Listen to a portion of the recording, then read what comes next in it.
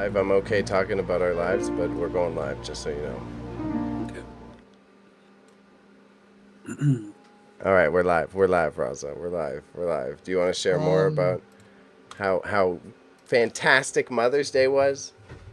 Yeah, because I didn't come from a broken home. I had a great Mother's Day. It was great. All of us got together. There wasn't any stepmom, step whatever the hell. It was just straight biological mommy and biological daddy with their kids. Me and my sister hanging out. You know. Yeah, we just hung out, made fun of people. Watched the movie that we watched or talking about today. My mom. You watched this with your family on Mother's Day. Well, not my family. My dad went away, and my sister said, "I'm gonna do something else now." And so it was my mom just hanging out and watching Death of Stalin. Shout out.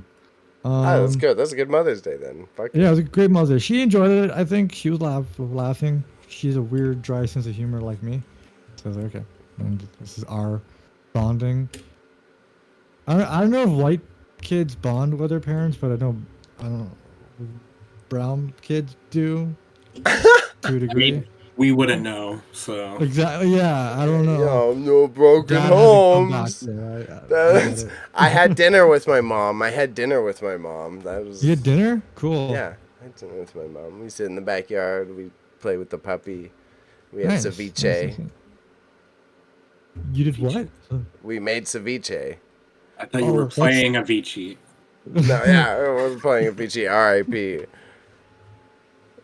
He ain't on. Isn't that one? Isn't he the one that passed? I thought he was the one that know. passed. Okay, good. All right. Okay. Thank you. I don't keep up to date with my DJ scene or deaths. So, sorry. True. I'm a games journalist. I only care if I'm Cal not Kestis dies. Fuck Avicii. I mean, if you bring Cal Kestis back, then he ain't real. True enough. Avicii's on the ground. Dubstep has changed forever. He ain't going. Shout out to Avicii. Okay, I got one gaming news. New Mountain Dew drink, Pitch Black. I'll put it in the Discord. It tastes like normal Mountain Dew. There's nothing different. They just put some black food coloring in it. That's all it is, yeah. And they say it's $5. Did Bailey recommend that drink to you? Yeah. So like how when a Jedi dies, he has like his Jedi master saying, "Use the Force," blah blah blah, like Luke did. That's in the back of my head. He's just like, buy it.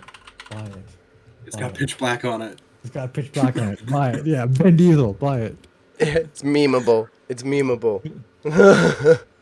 That's so funny. Huh. Yo, it's your own story. Come on, give you. This man brings up a story, tells the whole tale. It's like, "Hi, you're dorks for laughing with me." But fuck you, man. It's not a good story. It's your fault. Yeah. Okay. All right. Now this is Cody. Do you now realize why I'm over anxious when I manage things? Yeah. Is life a prank? Does he want to be here? Is this all? Is this the Truman Show? Has he been just making a documentary on me this whole time? Isn't that like pretty highbrow of me to be like, oh, I can just play mind games with Bailey, which I don't even know if I'm playing mind games on him or not. And he just picks it up, so that I can just do whatever. I have that power. It's great. You're giving me trauma flashbacks to every time I spent time with my mom. That's not nice. Anyways, we're not going to get into that. She is a gaslighter. Yeah. She That's gaslights me constantly. Anyways. That's what she does to all of us. That's what a good mom does. Shout out to the moms out there. Okay, so this is why Bailey doesn't celebrate Mother's Day. He just remembers the being gaslit growing up. She gaslit me at dinner too. That's so funny. So did my mom. It's fine. Okay. What's up, internets? Welcome to Movie Madness. I was expecting to get mocked, and I didn't, and it felt uncomfortable. This is like the change. He's got his emo hoodie on. He's just not himself. So, Movie Madness. This week, we watched The Death of Stalin, directed by...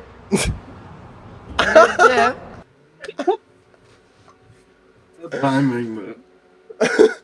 This week, we watched The Death of Stalin, directed by Armando Iannucci. I did that right. And YouTube, please don't ban us. That is a movie title. We take a breather in the madness each week, every 2 weeks, and we focus in on a film because the world is filled with binge watching, and the Movie Madness is our movie club. Our movie today is, as we said, The Death of Stalin, and next movie, Wine Mom, who is not here. Our wine mother left us to go get milk again and didn't come back. So next week she's going to be back and she's going to dictate what movie we have to watch. So every time can someone go and get milk? Again, I don't know how it works because I don't come from a broken family. But how many times does this milk trip occur? I know it seems like every other Tuesday, but This is something I'm not used to. I need consistency. Mom needs to be.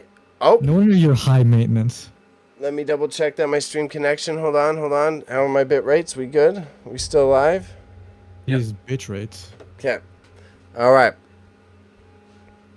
If it's your first time tuning in, what we try to do is make sure that if you want to listen in on this and see if you're interested, you can listen to Raza's spoiler-free review that's coming up, and then stop, cut the episode, go watch the movie, and come back and join in on our conversation as we give our opinions on the film.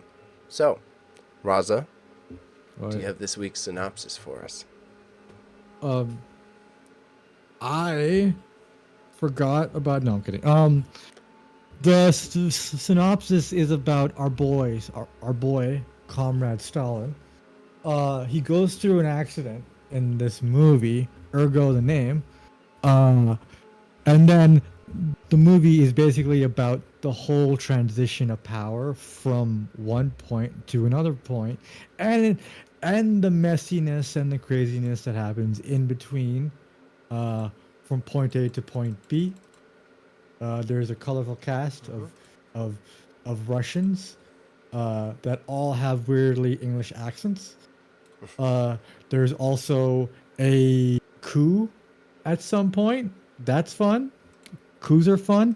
If you're into dark humor, but with dryness, with sarcasm, with just off-the-cheek remarks and Steve Buscemi, you will find home in this. For fans of Veep, for fans of In the Loop and other satire political media, you should check this out.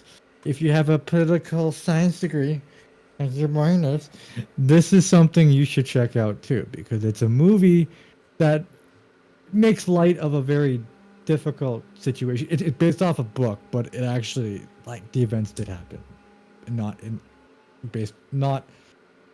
one to one. There was a lot more complicated. There were more lists. So I want to say there are many more lists. Good hint. So that is my synopsis. And I guess I will start this spoiler-free review section here at Marching the Madness. So I enjoyed this movie. I a lot. thought we usually just skip over and then we get right into the shebang. But do you want to? But you just said I'm going to be doing my spoiler-free review, so okay, I'll do it after this synopsis. I think he means All right, like go ahead. the description of the movie. And Yeah. Oh, okay. I might have fucked up. Okay, so Raza, what you're gonna do is you're gonna quack like a duck, and that's how I know we're gonna cut in the ad break here, and then you can Right. start off giving your review with spoilers. There you go. He's got a duck. Okay, there you go. Thank you. okay.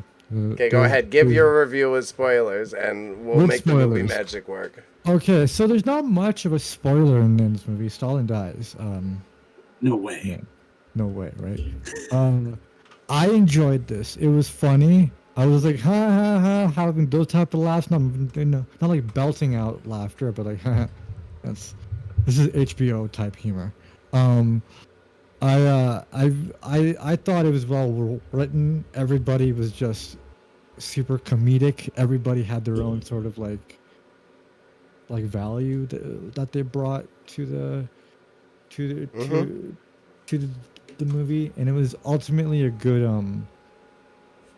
take on on a specific situation. Uh, even when what's his face, Bria, like the guy who's the like the big guy with the bald head. Yeah. Even when he got capped at the end, it was still sort of just like, oh, he's dead. Let's keep the jokes going. Let's let's not. So I thought this movie was just there was nothing sort of like massive. It just was consistent all throughout, and Mm-hmm. and it was paced very well. Um, it was just funny. Characters were eccentric. What was your Died. favorite part? You like the dark humor. What was your favorite dark humor part? What do you like best about that? Um, basically, where they're doing the whole coup thing, and it's still a mess, because they have the whole they're properly organized, and homie knows it's a coup, and they're sitting at the table, and CB Shami's like push the fucking button, push the button, and they're all dragging him out. It's just like how I picture any sort of like political uh event to happen, completely messy, and nobody's on board. And then when he gets shot, it's just like, oh, there's a trial going on, but they still kill him. It's like, okay, we're just gonna do the reforms that I wanted to bring in. He's the Mm-hmm. he's the like Stevie Buscemi was all about me. But he was a pissy third guy to Stalin, and got I liked his character a lot too. And then and also how people were just dying left and right, just randomly. That's the humor, just killing. Here's a new list. There's an updated list. I like the list, and that was really funny too. And then how they how like keep yeah. I'll get into it more, but anyways, what do you guys? Oh, you're gonna save us the juicy facts? Okay. Yeah. Panda. Who goes? Who goes? It's up to you. Uh, I can go if uh, you want, but if you want to go, right ahead. I think I'll let it roll. I'll let it roll because I'll go here. I didn't really get as deep into it. It was worth a second watch, I would say, for sure. I enjoyed how it was definitely very surprisingly cinematic. That's not definitely not what I expected going into it. Um, Speaking of that, I really enjoyed the balance of shooting styles, including the sets and everything. It was very like this weird combination of like traditional sets and very like theater play sets to like modern shooting styles when they're in larger rooms and they're obviously using faker lighting, and it was interesting. And I agree with Raza. I miss slow stories, but I'm biased. I'm extremely biased there, so I liked how it was paced. It wasn't just like bonking us over the head with pacing. Raza, I know you're like the big Veep fan, right? Is this dude's work very like theatric usually? Like it felt like a theater play. I felt like I was watching a movie based on a theater play. All of his stuff is kind of like character focus. So, and I think theater is kind of character driven, That's right? true. More so. So it's it's mostly about what's happening in the scene than what's going around it. That's what a lot of That's true. Veep is. It's like the interactions with, because it's all character stuff. And to be in these type of roles, you got to be a good actor too. Like, 100%. yeah, you can't just rely on like special effects. But yeah, it's yeah, it's you could say it's theater. Yeah. it just felt like that in the most positive way, in like the least negative way. Like it felt very like play and focused on the dramatics of how the the exaggerated personalities of each of these people, and like that Steve as Khrushchev. Like I didn't even know, I wasn't sure, because you have to do the suspension of disbelief for the British accents. And then Steve Buscemi not even trying to match. Just but he still plays this like different attitude person. I'm Nicky, fam. Like, so it was really fun in that way, because it was like this acting defining piece that you can like still talk like yourself and still be a totally different person. Exactly, It was like so strange and interesting to watch in that way. That was the same with watching like George Bluth Sr. What George Bluth Sr. had me tricked the whole time. I was like, he's killing it. I love this character. Everyone's just constantly undermining him, and he's always just awkwardly in the background of every scene. It was like the perfect little detail. I like the scene where they're doing like he's trying to get a portrait done, and then Steve Buscemi walks in and is like, okay, there's he tells him like, oh, we're gonna be doing a funeral for her, because it's like, I already have it down, and they first of all, I was laughing at the entire time how they all just threw the funeral on Steve Buscemi. He's like, I wanted the fucking funeral, and then during the funeral, he's like, don't talk to me. And then when we get to meet that general too, he's another important character. And funny how you bring up the accent. He's Scottish. Yeah, I know. He just doesn't even remove the Scottish accent, and he was a great character actor. I loved how he talked to like Stalin's daughter. After he kicked Stalin's brother, he like punched him in the face and then kicked him. And then Stalin's dad was just like, "Well, if any of you do anything, it's not okay." No, and he's like, "Okay, I'm gonna go." Yeah. But so with that British humor, as we're going down that alleyway, is what I thought was like ingenious and so fun about it. I was surprised at was how the threat of violence from Stalin and like the Stalinist like brainwashing was like a humor thread through the movie. Yeah. And it was so ingenious to like flip it on its head that way. Like I loved the scene when they're at the hockey rink and the head hockey coach is trying to explain to Stalin's son that like the plane crashed and he couldn't understand that a Soviet plane crashed. They're like trying to explain to him that like the hockey team's dead because the plane crashed. He's like, but Soviet planes don't crash. This didn't happen. And he's like, well, there's no hockey team. And then I like the whole doctor bit. They're like, oh, you've killed all the doctors. But like, what about the bad doctors? Oh, you could be onto something there then. And then at the beginning of the movie, where that they have to like re-record the orchestra because Stalin missed it or something, or the whole has it been 17 minutes yet? But yeah, it's very humorous. Yeah. I agree. I like that a lot. So that thread point of like, I presume, so I guess this is a big Raza question, since you seem to go deep on the research, but also Cody, since he pays attention, or Panda, since he pays attention. No Govy names. The pianist or whatever that musician was, put the note in the record. Was it anthrax? What was it implied that she put something in the note to fuck up Stalin? Is that what I was gathering? Poison. That's what I thought. Yeah. Okay, I wasn't crazy with that. All right. Yeah. But you can't trust, obviously, this film shows that you can't trust the history and how it's perceived, especially by the Russians. So, who knows? Like, he could have just had a stroke. He could have been poisoned. Will we ever know? Probably not. They're like, Am I the only one kneeling in his piss for Yeah. right now?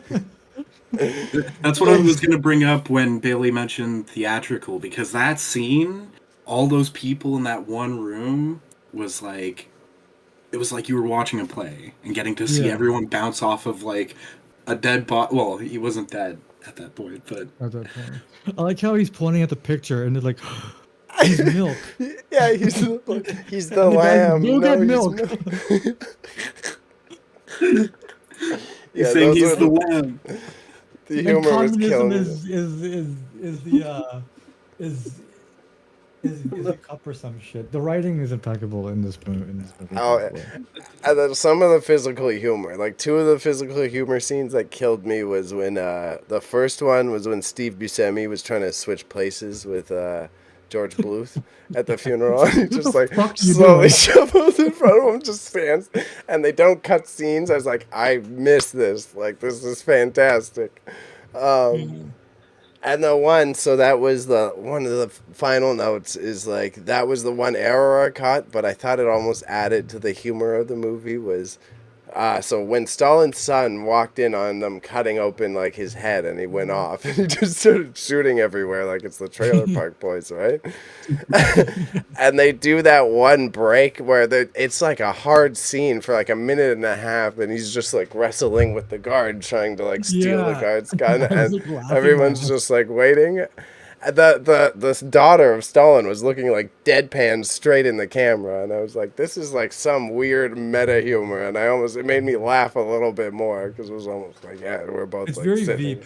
Veep Yeah. is shot the same way, essentially. I like that a lot. That was like the one weird film error, but I was like, it almost felt on purpose. It was very much like, come on, look at this. Like, yep. Yeah. No, go ahead, go build if you got a point. Not really. I mean, Okay. Well, then you my have final one? thing, my very final point, the summary point is like I am very grateful that I went into the movie not reading about the bio and what it was and all that shit because it was kind of fun because I didn't know how accurate it was going to be. So with the suspension of disbelief already happening with the accents, I was already like, oh, maybe this is just going to be a goofy old movie. And then I was like, oh no, it's following history and getting very graphic very quickly.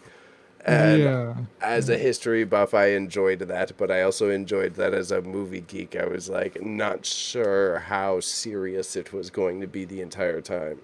Right. I did like the part where, what's his face? Like, homie got his wife back, and the entire time just like, my wife is a traitor. She's a traitor. He's a time up until like halfway in the movie. I was like, no. Stalin made you believe that and shit. So it was like, yeah, it was a good move.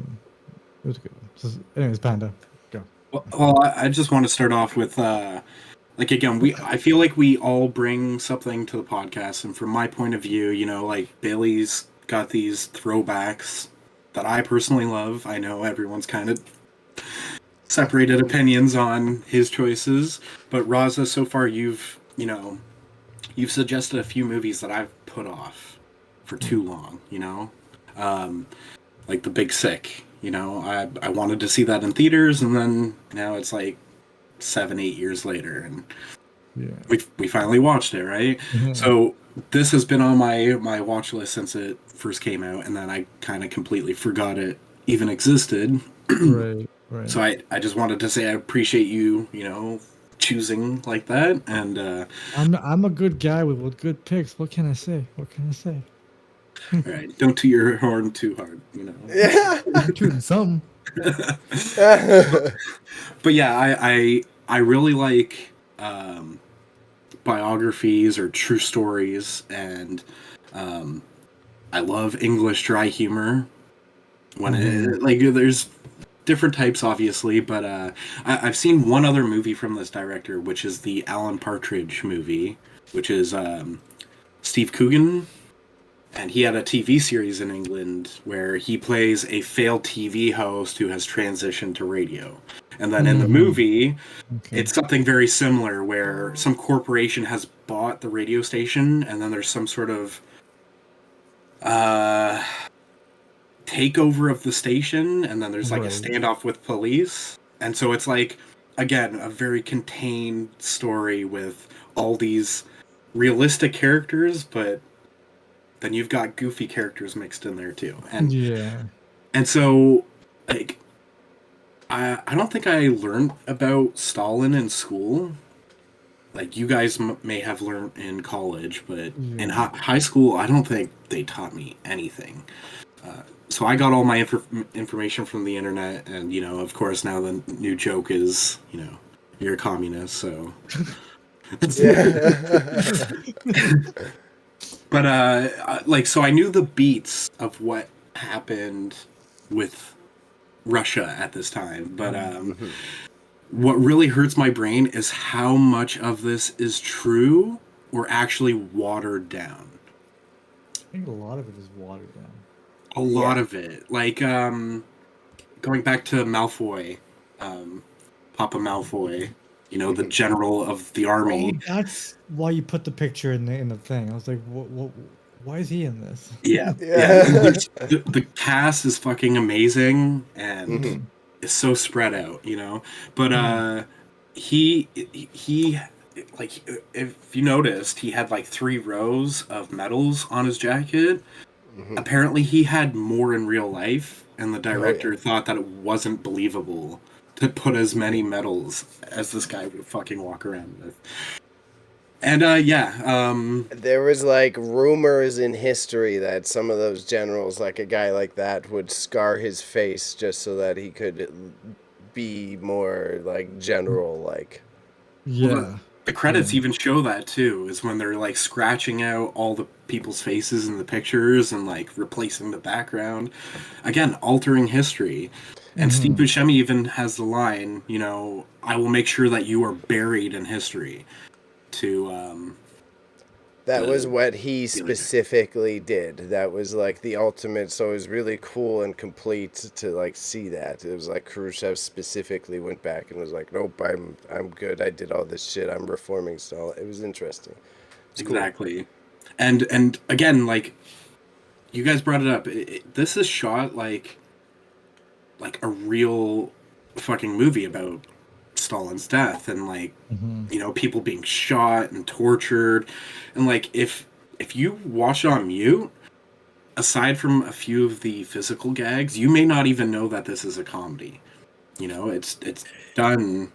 Yeah, it's like all of this guy's stuff is shot very grounded, like it doesn't. There's no. It's all character acting. It's all character driven. It's what they say that sort of that does the movie thing, does like the whole progress movie thing, which fun fact, this movie was banned in Russia 2 days before the premiere.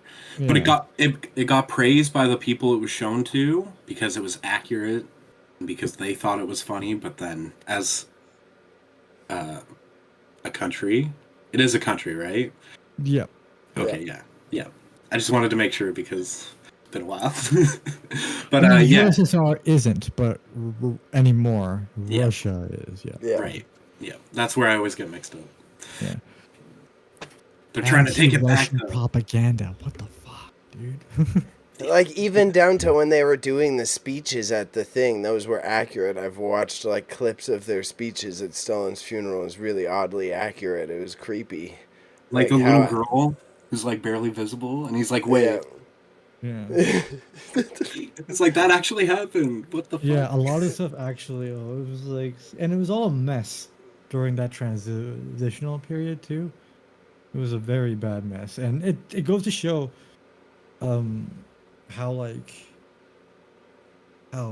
even our government is like, if anything bad happens internally, they do not know how to deal with it, right? With Kennedy's assassination, for example, like I've seen stuff, and people within his staff were just like, "Oh my God, now we're just gonna be in a free fall. We don't know what to do." So it's a good take on something that a lot of people don't really grasp that well here, and I think it's like a good way to digest something. But it's not a graphic novel, by the way, not a book. Right. Okay. Graphic novel. That's good to know. Yeah. Like I don't really have much more to say. Like for my opening statement or whatever, I enjoy dry humor. The cast is fantastic, and I guess where I want to start is at the beginning, because the guy who, is informed that he has to record the orchestra, which is played by Patty Considine. I'm probably saying that wrong, but he's from Hot Fuzz. I love that actor. It's sad that I don't know how to pronounce his name. But again, that whole not white, yeah. That whole situation again actually happened where the first conductor got knocked out from fainting and hitting his head. There was actually a second conductor that they found, but he was wasted, and they didn't put that in the movie because once again the director was like, "This is a bit too much even for this, satire on history." So they immediately jumped to getting the third conductor brought from his home in his pajamas. Yeah. And again, it's like this all really happened, and so the comedy aspect of this is more so just applying a modern day like attitude to the characters and then letting the actors go free. And yeah, no, and that's what, like, because he collaborates with a lot of like these actors and like the whatever his name is, I forget his name now, but Armando. he does yeah, Italy, woo. he's Scottish. Scottish. See, easy mix up.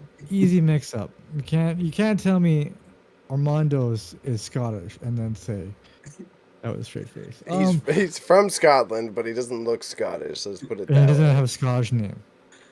But he was born there. But he's born there, which makes sense because I'm Raza Malik. I'm born in Canada, so I should be able to understand that. But hey, you're doing it to yourself. He's a good collaborative director or like he works with people of like this. What's his name from Blues House Senior?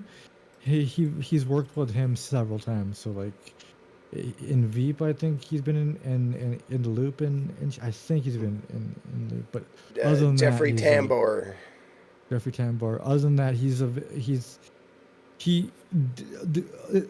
this is a very like he knows how to do these type of things.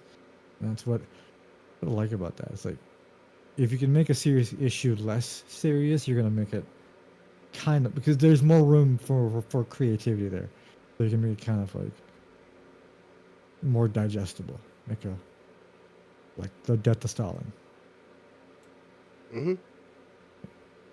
Also, I wanted to point out the daughter. Damn, I should have had her name up before I brought it up. But she's a fantastic actress. I'm running to it now. Sorry. She's I've seen her in a couple things. She's in Birdman. Svetlana Andrea Riseborough. Yes. Nice. Yeah, she's fantastic. And then the son, he may look familiar to you guys, but he was the replacement for Hitman in the movie series. Hitman Agent 47, where they took the clone stuff way too far. You know how there was the first Hitman movie, and then they did a sequel, and they changed. Was the first one Timothy Oliphant? Yes, and oddly enough, Olga Kurylenko. Yeah, she's also in one of them too. Yeah. Okay. She's in the first one.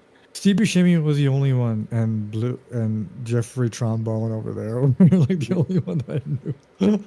All American actors, right? All American actors, yeah. It's just it's just I liked it's just everything about this movie was simple. There wasn't like anything big, and everything hinged of on the writing. Also, Simon Russell Beale, who played Bira. Yeah. I may have seen him in a few different things, but again, he had to hold his weight with, Steve Buscemi and Jeffrey Tambor. And he was great. I just wanted to point that out because he is like the hustler. He sees the opportunity to get Stalin's position, and he's doing all these things in the background. And I love that comedy bit with the doctor being like, he's not going to make it. And then he's like, a percentage. And he's like, it's very unlikely. And he's like, is he going to make it or not? The doctor's like, he's not going to make it. And then, he instantly runs and he's like, destroy all the lists, execute all these people, set all these motions into play. And then they're like, he's alive! And he's like... And then, he kind of like freaks out and shit. So, yeah. And I've... that one scene with the orchestra, I enjoy... or like when they got the new conductor, I liked the way they did it. They were like... It was during a raid. He's like, "Sir, you've been selected to play in Stalin's orchestra." He's like, "Oh my god, I was being sent to jail." And it's like there are a lot of bits that are. Right. That's what I mean. So that's why I found it into like the threat of Stalin sending you to jail or killing you. All of a sudden, they turned it into like this comedic running line, and I was like, "That's so interesting to draw the story forward." It's funny, I'm thinking about it now, because I don't know if both of you have seen Jojo Rabbit. No. No, I didn't. Really? I'm aware of it. I'm going to have to suggest that, because once again, it's a very dark time and period of history on Earth. Germany with a specific group of people.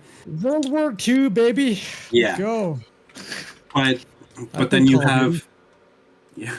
But then you have some outsider who is completely detached from, or Taika Waititi is Jewish. I'm going to state that. He directed, wrote it. He's Jewish. Yes, and he starred in it, right? And then he's playing a certain famous person. Bretler, bro. He plays Bretler. Yeah, okay. That's one way to say it. And again, you get all like this lightheartedness because children and all that, and then again with this movie, like, terrifying. That scene would be terrifying to be a part of, but then we're just like, oh, see, he's getting invited to play an orchestra, and he's not going to be brought away and stripped of his clothes, and and then it's also the guy who he calls too. He's just like, please tell me you have that recorded. He's like, no. And so it's like, everybody sit your shit back in, because again, like, everybody, is like, if he doesn't do his bidding, he's gonna get killed. And then when they switched the list, they were letting people go and shooting other people too. So I thought that was also lightly taken too, but right. I found it so interesting how they like mildly applied the violence. Sorry, not the humor, the violence. Right, and the other dark stuff too. Yeah, they kind of showed you enough that you knew how bad it was, but they didn't need to like doink you. They would show the soldier walking into the room and you'd hear a gunshot as the camera panned away, rather than just show you people getting whacked all the time. But we did get some pretty violent scenes, especially with Buren.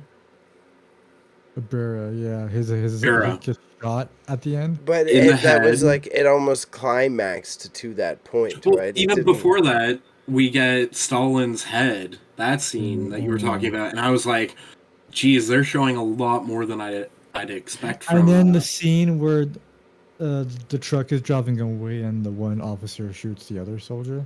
Right. Yeah. All lightly taken, by the way. But also, when the new lists are implemented, instead of just like letting people go, they just instantly kill everyone that they have in holding, which is like hilarious but extremely fucking dark. And then Yeah. also in that scene that you were talking about where that officer gets shot, all those fucking people in the back of the truck and all the people in the mansion, they're all being executed. And we don't Yeah. see it, but you see those two guards that were guarding Stalin's office run. And then they get shot at, and it's like they're wiping things clean. Yeah. It's just, and it's also when they do the coup, it's everything is super quick. Like people are dying during the coup because it's like a purge, another purge going on. So yeah, it's with all this light music playing in the background, like it's a Disney movie or some They're shit. actual. I can't tell you which ones, but from my weird record piles, those are actual like communist. Those are Soviet. I guess that was ignorant of me. They are Soviet orchestras that they were using appropriately as the soundtrack. Right. Oh yeah, I did like the one scene where they're at that compound in the forest, and all of them were trying to leave, to leave, and they're like, "Oh no, we gotta let Stalin's body go through," and they get out of the car, and then they're like, "Okay, he's going," and then it turns like, and they run back in the car, and Steve Buscemi's like, "Oh fuck, are we in last place again? God damn it!" It reminded me of an episode of Veep. I was just like, because this guy took a lot of bits from, not a lot of them, but I could see bits that were in the show implemented here, and it was changed up the punchline and Right. tweaked a little bit, and it works in there. It That's had me fun. laughing. Yeah. I thought it was like, again, we're presented as comedy, but when Steve Buscemi's character allows civilians to come back in with the trains and all that, and he makes a good point, like they're honoring Stalin, so it's like people would want to come and see him. Which another great thing is whenever like that woman that's been like captured for however many years, and she's sitting in this room and she looks like she looks like complete shit, right? And then they tell her like Stalin's dead, and then she's like, "Her Stalin, not her Stalin." Right? Like like everyone is so wrapped up in Stalin's death that they like forget that they've been tortured or whatever. But when all those civilians come in for Stalin's funeral, I might be misquoting, but I swear they said like 13,000 people were killed. Maybe it's less than that. Something like that. I thought it was 1,300, but it might have been 13,000. Maybe, I don't know. I'm trying to find like facts on it right now, and I'm just seeing like the number of people that basically died throughout Stalin and then after. Yeah, it's a lot. You're gonna get lost in those stats, fam. Yeah. But I do slightly relate. I'm gonna slightly pop in because it's on the same note of like I found it did a great job of then honing in on how the politics become so self-focused. Like by the humor being so focused on all this ridiculous shit, you see how politicians become so insular of the 1,300 people were shot and it was just a toss away thing of my choice to fuck over this guy. It's so true because that feels like the whole concept of the entire movie is it's really about selfishness and who's trying to take power, and even like Jeffrey Tambor plays like a complete moron, for lack of a better term, and instantly he's like, well, I'm next in line, so I've got to get the pictures taken, and I'm wearing a girdle, let's keep that between us. And that was one of my because I thought this movie was like that. I thought Beria was gonna use the girdle against him later on in the movie as like a, oh, by the way, guys, look what he's wearing, and then he gets shot in the head. That's I one of my favorite moments was with him when Beria was like spazzing and exposing them all, like, you killed this many people and you did this and you did that, and then that guy was off to the corner, Jeffrey, and he was like, he said all of you, and he's like, not me, he's like, all of you. I was over here. You're bad people. All of you. I was like, He's okay, like, no, that was...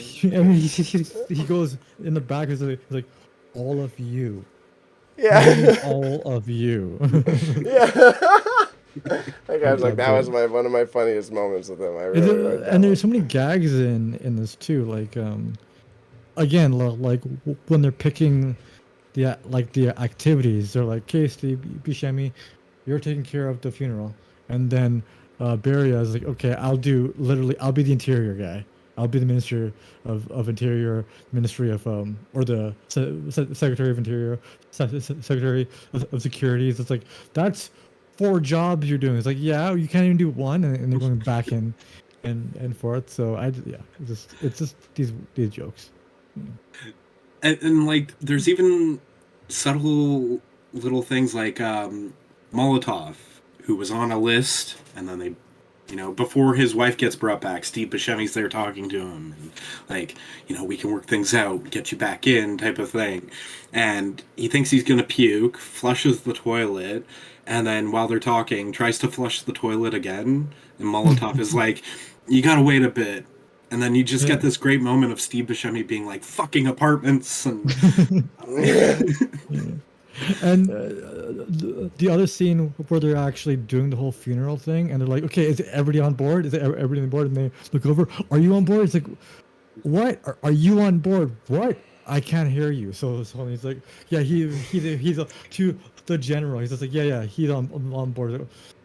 All right, boys, and then they do the whole thing. So again, everything is hanging by a thread, and right. That's what I like about this movie. Like, I think it's Molotov. Yeah, I think it's Molotov too. When they're carrying the casket, and he finds out that like everyone's on board, he literally lets go to like cheer. Yeah, it doesn't cheer. Just a great visual gag. Yeah. I was gonna want to ask Raza's opinion. Is what I really liked it, but I felt it was like video gamey the way they did the title cards for the characters. I thought it was really cool, but it felt like I was like, oh, this feels like video game-esque, of just like the slow motion and the title card comes up. Oh, I don't know. I didn't feel about that. Well, what I like, think would have to play out loud like a video game as well. I guess it just felt very casual in such a serious atmosphere, and I mean, really enjoyed it. Super casual. I guess, yeah. I guess it's setting the tone. It's making it uncomfortable so that you're ready for it. Yeah, what I liked about it is that like we didn't get every single character immediately.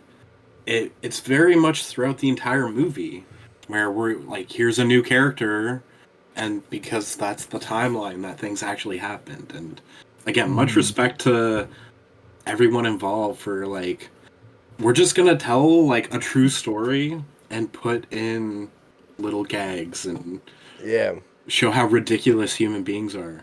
Like even so like the opening scene with the orchestra, that actually happened, but it didn't happen in this timeline. It was like 3 years prior when Stalin was still very healthy and all that. But there was some other facts, like the airplane crash.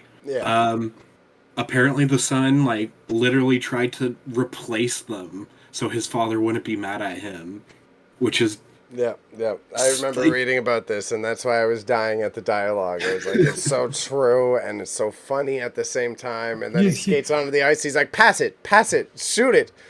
He's like not giving any useful advice.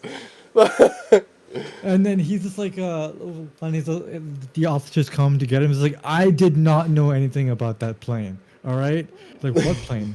I mean, no. All right, never mind. Yeah. What do you want? and the whole speech he gives, like, lions have cubs, bears have cubs, And it was like this guy's and Steve Buscemi is like, this is the legacy that's gonna be left behind if we don't. It was like slightly exaggerated, but again, like dude in real history did that. He just gave this weird repetitive speech about how everyone was cubs of the communist state. And I was like, this is such a funny way to make this. Yeah, the son also being like everyone's like wolves in sheep clothing, and that's like again tying back to how the daughter got sent off to Vienna, and the son was kept in Russia because he seemed like a crackpot, where he was going off being like, "There's werewolves in politics, and they're trying to, you know." They killed my father and they're trying to fuck us over. And then he runs into the room of foreign diplomats and he's like yelling at like clearly a person of another descent with the translator, and then he's trying to translate what he's saying and just translator's going like that. And I was dying. I was dying at that little detail. The note. Now I'm reading what the note is. I think it's about she puts a note in his sleeve, and it's basically expressing how much she hates him, and she wants him to die. And he actually he reads the note and finds it so funny that he gets a brain hemorrhage. Yeah, or it's a real hemorrhage, and that's why Steve Buscemi's character is just like, you killed our boy. Yeah. Oh, yeah. See, that incident, again, 100% true, just the timeline's out of order. That also happened where she slipped that note somehow a few years before that.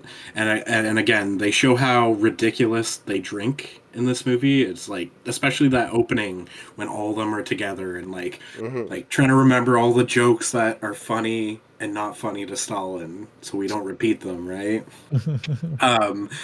Yeah, alcoholism is contributed to the stroke that he had, apparently. So that's the real killer. Well, and then I knew they used to watch John Wayne movies, so that was a funny, cute little detail because they kept referencing it throughout the film. They kept referencing John Wayne movies. Yeah, and I want to fuck Grace Kelly. It was like, oh yes, God. He's Russian, so that's like double funny. In his Boston accent, he's saying that too.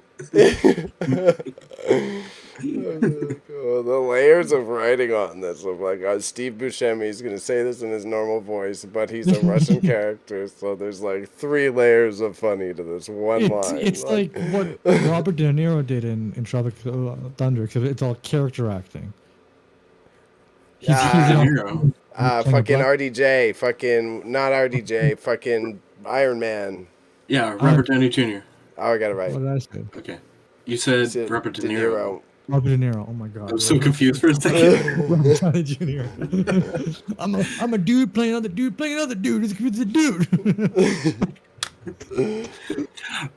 Side note, Robert De Niro just had another child at 79. Yeah. Congrats to him. I mean, Jesus my God. Christ, man. He's got the money. My dad having another kid at like 62 was a lot. This is all charted territory for Bailey. Yeah. He's like, I can relate now to I feel you. Robert De Niro's other children. Next film, De Niro film. De Niro daddy cast. He has he has like Bad Grandpa. I guess so, you're right. I just watched that one with Zac Efron, Dirty Grandpa, recently. Something Grandpa with Pissed Off Grandpa. There's so many grandpa movies as of late. Yeah. It's like a fresh. But I did enjoy this movie a lot. I like how he's like, yo, who invited the clergy? It's like, did you? Like, let me. And like, I am the chairman. I don't listen to anybody. He's like, shut the fuck up. And then he's like, did you invite the clergy? Like, and then let's switch around. That, and again, that was like such an important part of history was how they kicked out the Russian Orthodox Church and they treated it like a high school clique. Like, why the fuck are the pastors? It was hilarious. It was like, this is such a big deal, and they're like just gossiping about it. Like, not even, it's not getting violent or weird. They're just like, why are they, fuck off, like, get out of here. Yeah. Like, Did you invite them? Yes. And then and then I remember yeah the whole like list part. He just like I have like he drops everything. So they're like, okay, here list. I have all of these lists on all of you people. It's like, how many lists do you need? To and they like it's just I liked how they kept on going back to the lists over and over again. How that was like an important thing, and it was kind of a big deal because it helped them keep track of the the traitors. the future, and they can only do that to us now with computers easier. And I did enjoy how in that scene when he was freaking out, it was like this weird, again, theater acting, but it was kind of like how they let him be like a bratty kid. Like he was just a bratty kid, like, I'm gonna, he's like Cartman yelling at his friends. And then he storms Yeah. off, and they're like, all right, okay, he's done, let's kill him. Literally, that was, they weren't phased by it. They're like, okay, all right. Like, And then the whole scene where Steve Buscemi, I think, was like he was with the daughters, like, oh, sorry about your dad, but we will take care of you. He's like, you will take care of me? Out of all Yeah. people? No harm will come to you. Why do you keep saying harm? No, I was just saying because Why is there a who puts a lamp on a chair? I bet I'm almost certain that like there's a photo from his office that exists with a lamp on the chair, and that's why that comment is in there. Does it? Okay. I have absolutely no fact behind it, but Whatever. I can almost guarantee with the detail that they put into this that Yeah. that's probably a real situation. Like, Oh, probably. And the other bit that stood out to me was how Steve Buscemi's character was planning the coup with the general, and the general is a frat bro, right? They're printing it out to be like, hey, I fought your wars, man. I'm gonna go to the buffet and like I'm gonna be the Red Army at the buffet over there, right, man? I am big deal. And he's like, oh, you planning a coup? Well, I got a report this. He's like, wait a second. He's like, look at your fucking face, bro. We're gonna take over. I was like, this is like, even when he was introduced, his whole atmosphere, just like his whole aura, sort of like it brought a new height to the comedy. He's like a pompous ass, but people love him because he's like a part of the army. And he's like, why the fuck is nobody, the army, not on the street? Why is it your security forces on there? And that whole interaction is just like, yeah, where he's like, Actually I'm not happened, going to too. yell at this moment, but I am extremely fucking pissed at you. And then he keeps talking to the other person. it's again, this entire movie has a like very good character acting, a lot of good like just be a lot of good little like what's the word, like energy between all the actors, even just two Chemistry, of them, I three of them. guess. They're chemistry, yeah. They all have like, they all just feed off of each other's energy, and they present like the fact that we're able to call out a lot of scenes in this movie goes to show that everything was written in a way that you can sort of like remember it better, and that's based on the acting. That's Right. based on how they were able to portray the script. yeah, and Steve Buscemi's definitely the standout. But again, like I'm with Bailey because Jeffrey Tambor, his subtlety Bone. as like the idiot of the group who literally has the most power is so ridiculous and amazing. And I love there's one line where they're all chatting later on in the movie, and he's like, "Well, I think it could be no problem," and then they're like, "No, it's a problem," and he's like, "I think I misspoke. I said, no problem. What I meant was no problem. Ignore me." Yeah, dude. Oh, okay. And there's one scene where Steve Buscemi and the other guy are fighting. It's like, oh, so you're not arguing fucking wordplay? What the hell is this? So it's like everything is. It's just the delivery, yeah, to what Panda said and everything. Everything connects. I find everything just makes sense. Yeah, again, my first point to it, yeah, it all connects well, and then it very tastefully like connected like old school traditional filming, and then say when they're in that funeral hall, you're gonna have to have it lit up with the modern shit, but when they're in the bathroom kidnapping the guy, it's just lit up with the natural lighting of the set, right? So it's like very interesting to see how they tied it all together, and all had like the same all looked really good and fluid, even though clearly they were bouncing between like made sets and real places. Yeah, no, I like that a lot too. And that's taken. I found that was a lot of that was taken from Veep, because Veep also had the same sort of like you can go from like the White House front lawn to the vice president's Okay. and it felt like okay, they're going. It didn't feel. It's tough. It's really tough to make all those different places match when you're like faking shit and using real shit. It's tough to blend in. Yeah. That's what I'm watching Andor. That's my one critique of Andor. You could really tell when Andor's shooting in like a real location. You're like, oh, this looks. I can see bricks. Why are there bricks now? That's how the camera works too. I know. Show the grandness. I know. I agree, but easy example. I was watching on a sketchy site, to be honest, for this movie. We didn't buy it? Holy shit. Look, I'm low pressed on money right now, okay? I didn't. None of the movies that we have watched, I've put $0. All right, maybe cut this part out. Yeah. Okay. It's called Netflix? Right. Yeah, there you go. Yeah, because I get it, yeah. But when they actually show when they're giving the speeches and like the whole army's there and the population and then those jets fly over, it looked pretty good to me, and I wasn't necessarily watching in HD. Yeah, a lot of the budget, they definitely like put a lot of, because it's such a short scene too, right? So you can craft it very well, but like if you don't have that much time, right? It was just plain flying. Yeah, it looked a little cheese, but they zoomed out. It was really, we only noticed because we're dorks. Otherwise, if you're an average person, average person would have been fine. Oh, those are real planes that they flew? Yeah. Holy shit.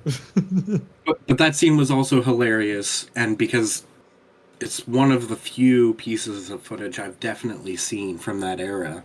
But, the fact that they're having like a speech and decide to fly over fucking like a dozen jets, it's so funny because it's like that's gonna affect everyone's hearing, obviously. I know, yeah, and the fact that there's millions of people out there too. It just from what I've taken from this movie, it didn't feel like anything was left unturned. A lot of things were answered as it went along and stuff.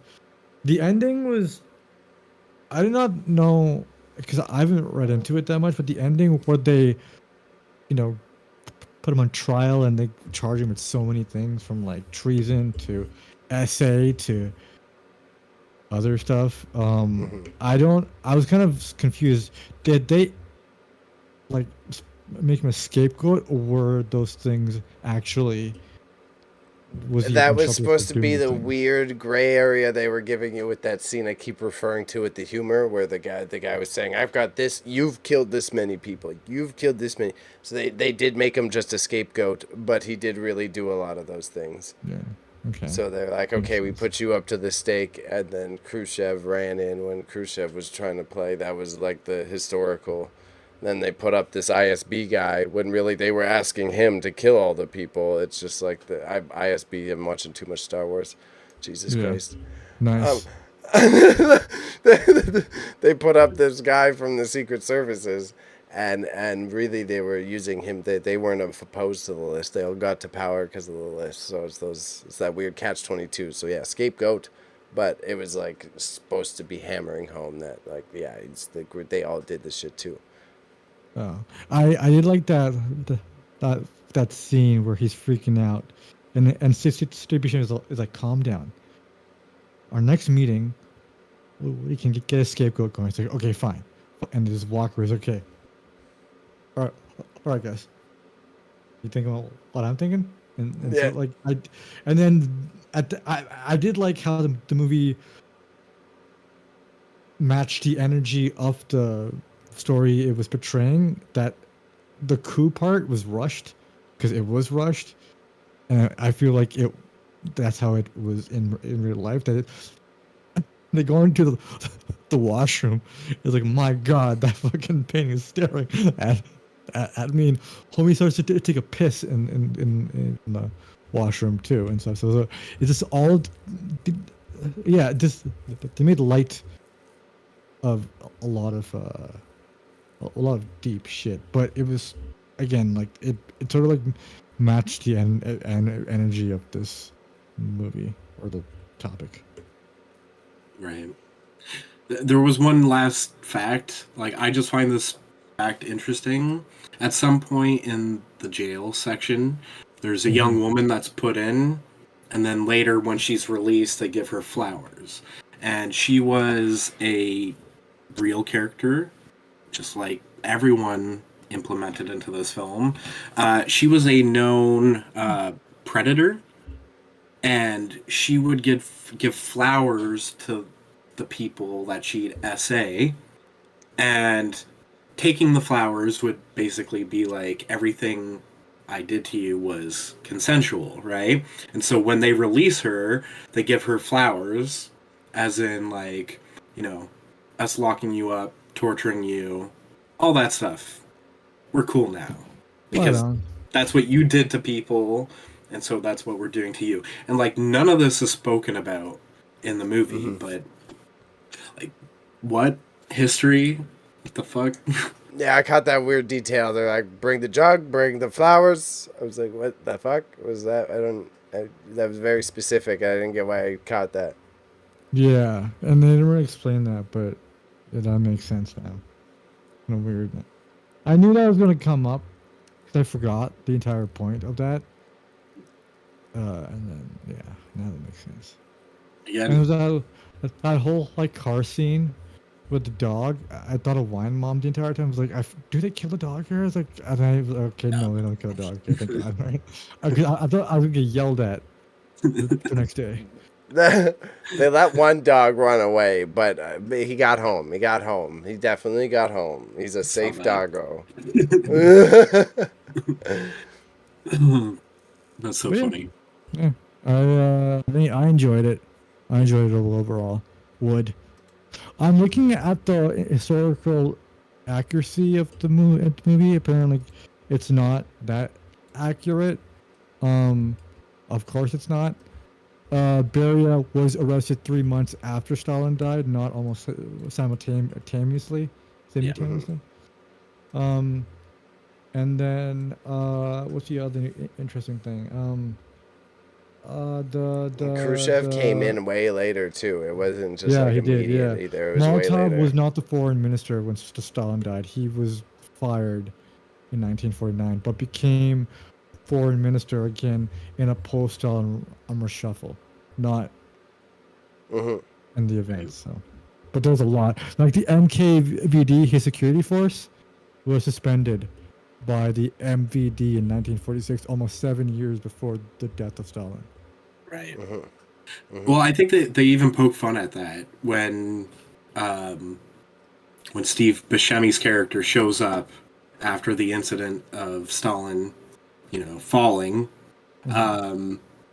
he's still in his pajamas underneath his, jacket, and Yeah. everyone that comes into the room notices, and it's like, Yeah.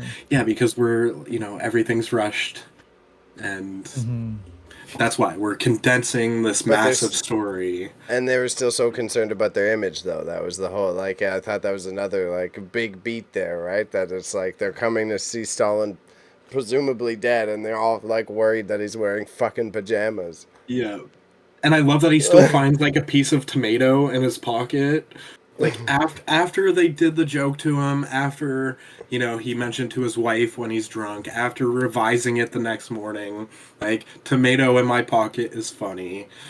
And then you get to that scene, everyone's noticing he's in pajamas, and just randomly he's like, "Fuck, there's still a piece of tomato in my pocket." It's like, what an ongoing Yeah. joke. It just, Mm-hmm. it's just these gags are like super like the fact that they're so simple, but they hit home is such a rare thing in these type of movies. Nowadays, comedies are just we got to do a bit, and it has to be like it has to be as dumb as possible. Yeah, But here it's just like, oh, it's tongue in cheek, it's witty, it's just it was refreshing. It was very yeah, refreshing. yeah. One more fact. Again, So Tom Cruise definitely isn't in this movie, but Oleg Kirilenko and Andrea Riseborough were both in Oblivion together. One is Tom Cruise's wife, and then the other is the rebel scum. Okay. Rebels. Facts about movies. I haven't seen Oblivion, so I can't. Yeah. What? No. Oh, that's going on the list. Oblivion. Is that the one with Morgan Freeman? Yep. Yep. Okay. That's a sci-fi one, right? I saw Yes. that a long time ago. Okay. I barely remember it. I think I was on a plane. I enjoy it. You guys send your plane movies. Like, I watch a lot of weird movies while I'm half asleep on a plane. Just spam them. fair? That explains a lot. Well, because that's when you knock off. You go to the plane thing. They have a worse selection than your nation divided Canada only Netflix films. It's like here we can only afford the Tom Cruise movies, yeah, because we've got the Scientology discount and maybe a few other action films. I flew on Etihad, or one of the two, Etihad or Emirates from Pakistan and stuff like that, because that airline company is one of the biggest and most profitable airline companies in the world. Bros, I got every Marvel movie at that point on my flight. Did I watch any of them? No, because it was a 12-hour long flight, and I needed to make the flight go by in a minute. So instead, you know what I watched? I watched the Dark Knight trilogy instead. That's solid. On a plane, and then I also saw in Interstellar too on a plane. Matthew for the McConaughey's marathon. voice put you to bed. So That's why I figure we'll skip the second ad. We'll go to our second section. We're gonna go to our second section here. Buy it, rent it, skip it. We're gonna summarize a little bit. So Raza, since you're the man of the hour, you selected the film. Tell the audience first. Should they buy it? Should they rent it? Or should they skip it? This is a very specific type of story for a specific type of people. So don't buy it. Don't buy something better, or widespread. Rent it, or stream it.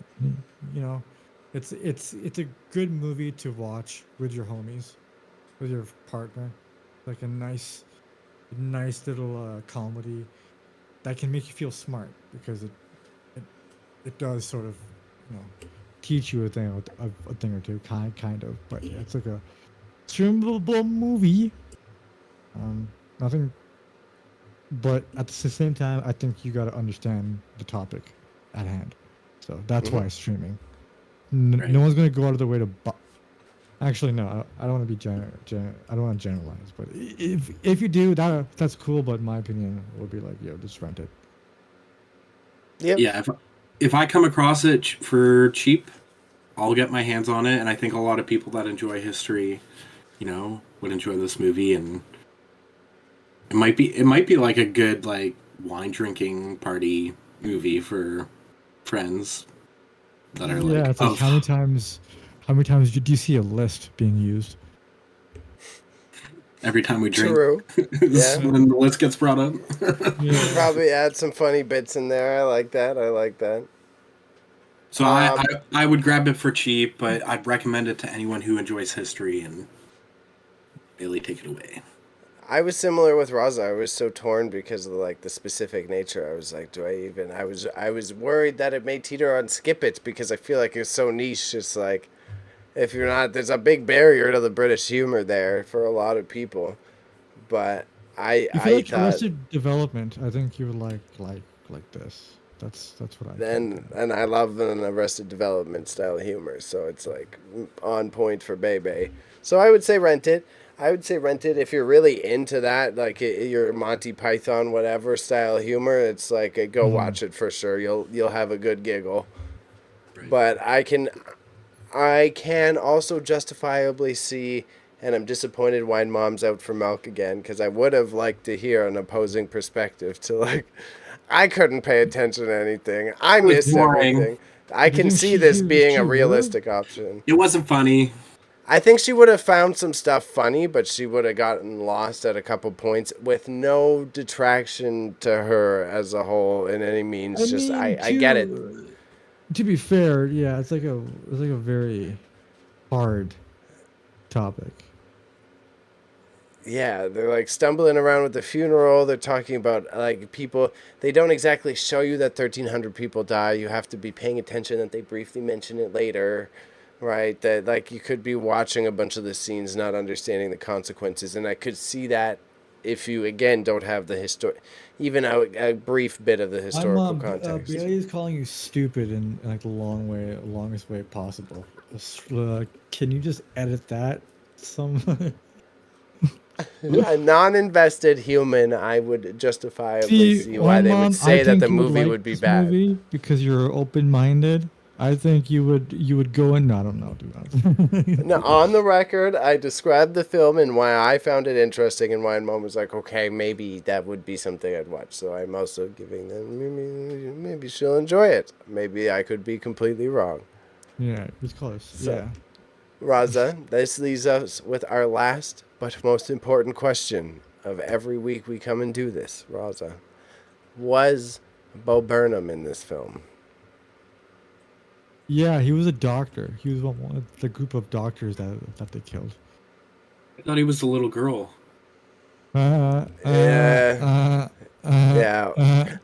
Well, actually, no, he wasn't in this film. Steve Buscemi personally said he'd be too much of a dirty commie to participate. Sure.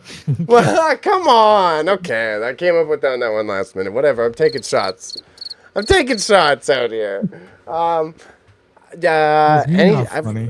So as a reminder, last quick reminder is Wine Mom's picking next week. And Raza, I want you to give me. Do you have any notes? Do you have any wisdom? Do you have any Buscemi-based facts? Do you got something to? You got some gems to drop on the crowd before we head out? Just if you're gonna watch movies, make sure you watch them with like a good cap on, a good thinking cap on, because you may have people in your life like Bailey who will put you through an inquisition of why X movie is your favorite movie. So if you have those people in your life, just watch the movie and absorb it as best as you can, and hopefully this person will be satisfied with the unquenching answer of why Fast X is a good movie.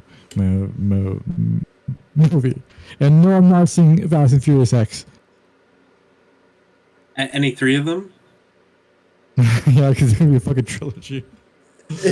Kingdom Hearts entry 10.1, 10.2, 10.3. What is it? It's like 365 over 2 is one of them or something like that. It's like, oh my god. And it's like Kingdom Hearts 1.5 remake HD edition. Oh yeah, and here you go. Here's some Final Fantasy characters. Now you gotta go play Final Fantasy X. Yeah. Speaking of Final Fantasy games, there's a new one coming out. I'm kind of excited for it. I don't know. I don't really have the Sorry, capacity to guys. play them. This is a different podcast. All right. So we are going to Let's Chat after. If you're listening to the recorded version of this, what we do Is after anybody we in chat? record. No, but we do have 5 viewers. So unless they're all bots, we could be just talking to ourselves. Why? Does Raza have more important things to do? Actually, you know what? I could finish my outro, and then you can let me know if you need to leave. No, I don't know. I'm asking. All right. So if you tune into the recorded version of this, you can listen to us awkwardly argue like we're in a British sitcom. Please cast us Taika Waititi. He's British. He's he's a Commonwealther. New Zealand. Yeah. New Zealand's part of the Commonwealth, I think. He's first All right. into the Commonwealth. Aren't we? I mean, not as much as him. Raza double is. Raza was twice. He came from a place that was, and then came to another. I mean, like, well, not me. My parents were. oh yeah, try. I like the sentiment, though. I have double the oppression. Double colonized. So if you feel bad for me. I do. Every day I wake up and I think, what can I give Raza out of my being to privilege? Yeah. Eat pigs. I don't want some white boy's feet, buddy. Feet pics for reparations. Not even white, some like red, like tomato color, because it's so pale. Okay, so if you like our sense of humor, you already know you can find us on the typical channels where you'd find this. TikTok, where Raza murks it. Second YouTube channel, where Raza murks it. A main YouTube channel, where I murk it when I'm on task. And Panda here likes to take photos of the films he buys, and will soon be talking about them more thoroughly. Raza, do you want to talk about how good your hair looks today? No. I didn't take a shower today, so no.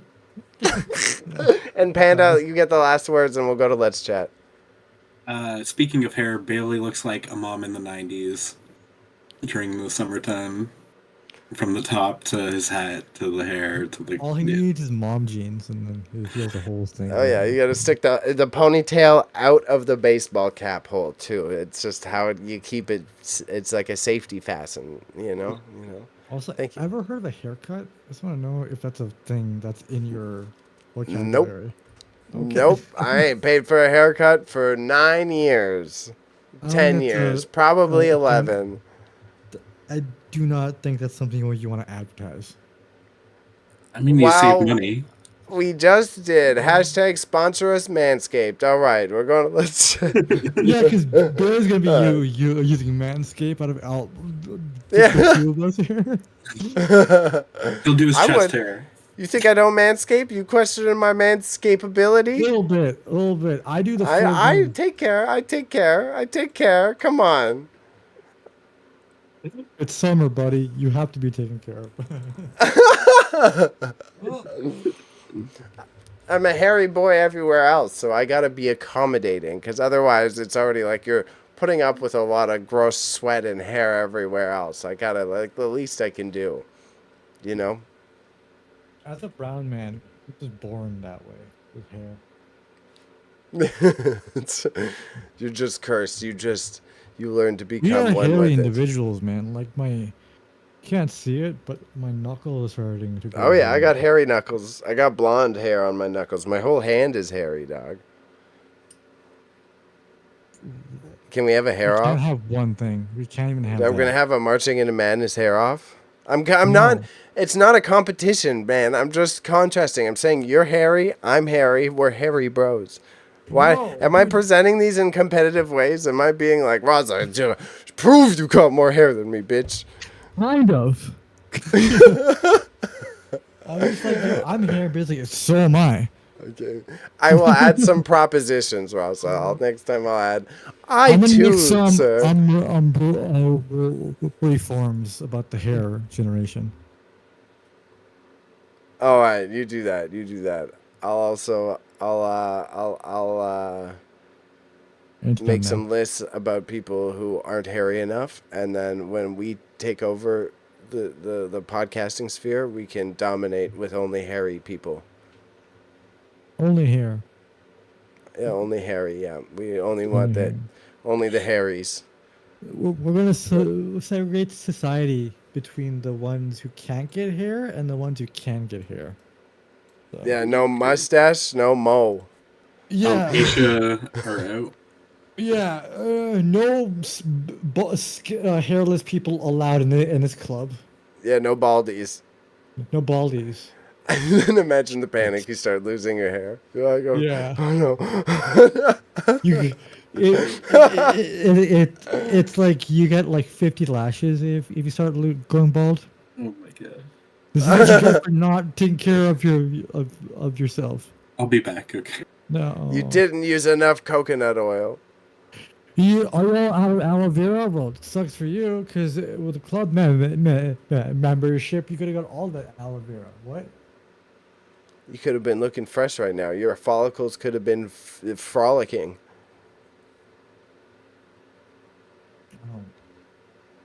What? That was a good one. Come on. Follicles frolic. Is he going to have a smoke? I wonder if he's going to have a smoke. He's 100% going to do that. Right that bad influence object. Oh, come on, Panda. Oh, he's soundproofing his room now. That's what that is. I wish I could soundproof my room. Why not? I don't have the materials to soundproof my. He just hung a blankie in front of his door.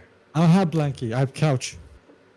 I have couch. I hang couch in front of door. Couch. That doesn't work. It doesn't. It's the only move. To pull down. Shut the fuck up. So yeah, I've been hanging out playing video games. Yeah, I watched the. I forgot to mention. With bricked. Getting bricked. Getting bricked, for lack of a better word. Yeah. I'm gonna buy Resident Evil 2 and 3. You're gonna buy it? Why? Yeah, it's like. Because I want to. Because is it interview now? I'm being interviewed now? I can't ask why anymore? Okay, sorry. I'll also be gentle on the whys, Raza. Fuck you.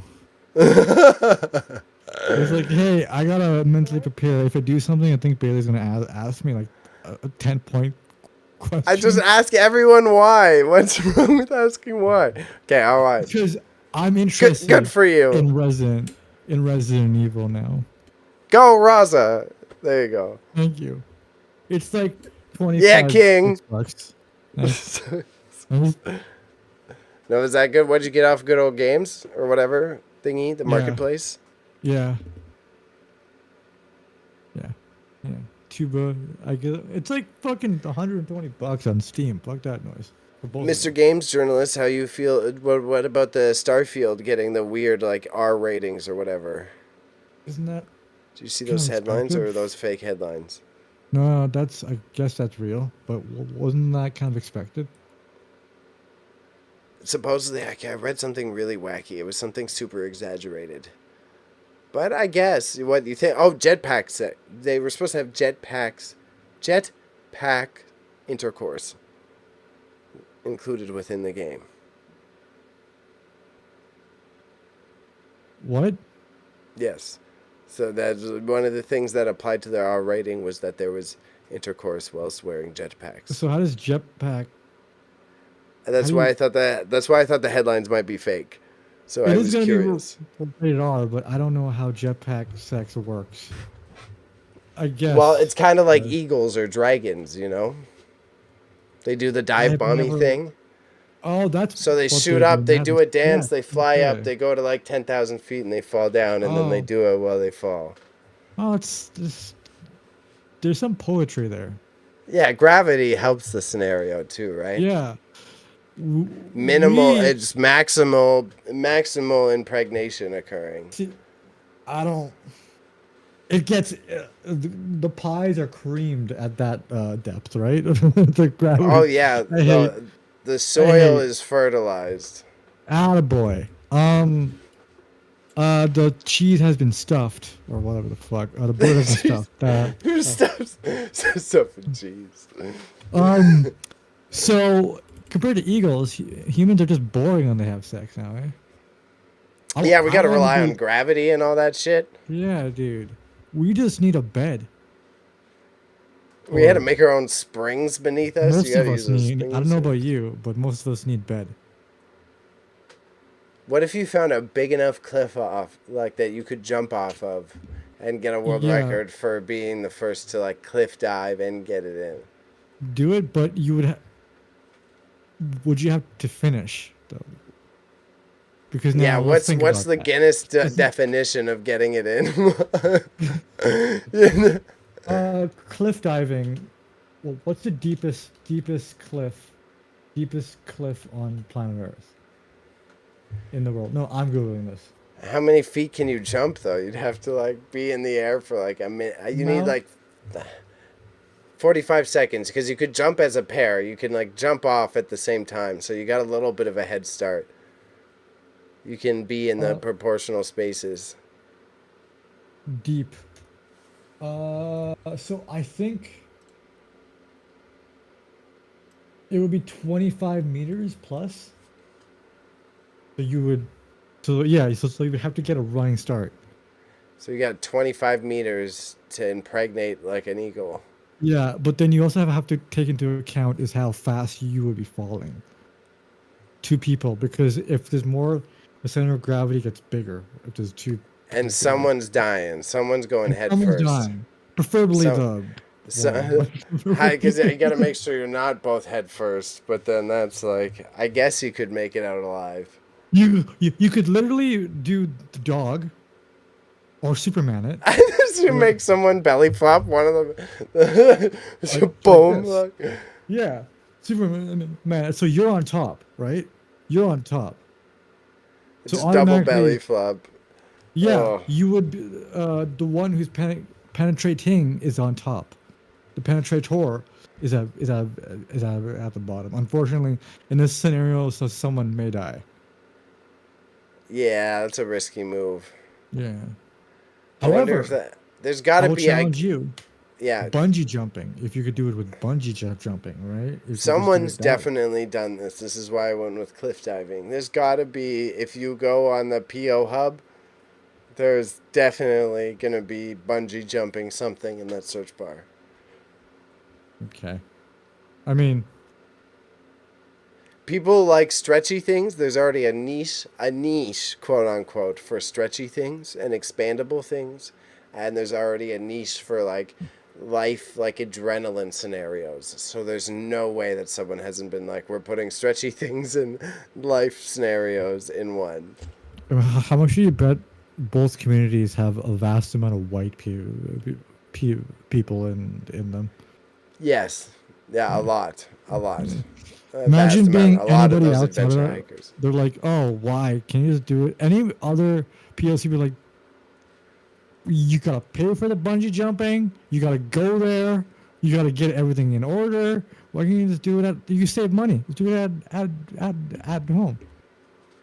I think you'd be surprised. There's you find some weird cultures into some weird niches.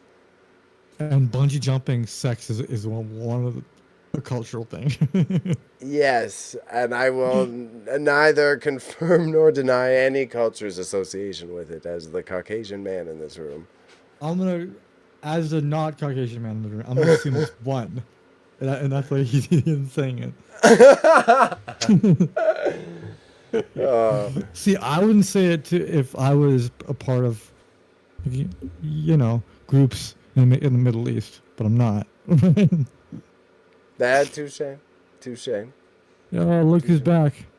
He got some din with him. I gotta make something when I get home. I didn't consider this. What? I didn't consider my din. I might make some raw miso soup. I might do miso soup. Are you so ethnic, Bailey? Hi, fellow. Damn it, I fucked it up. I was gonna say Caucasian friends. I'm not. I heard what you were saying. Oh. Weird point, because what you guys were talking about, I have a secret Twitter specifically for skydiving I don't say relations. skydiving sex. No. Because that's what For we're talking about. for Oh, so it's his fin. It's a fwitter. Oh. yeah. Okay. Oh, Panda. No. Yeah. Anyways, Come on. for my needs, right? But it's weird because all these like horrific videos keep getting recommended to me on this account. I wonder why. No, but like it.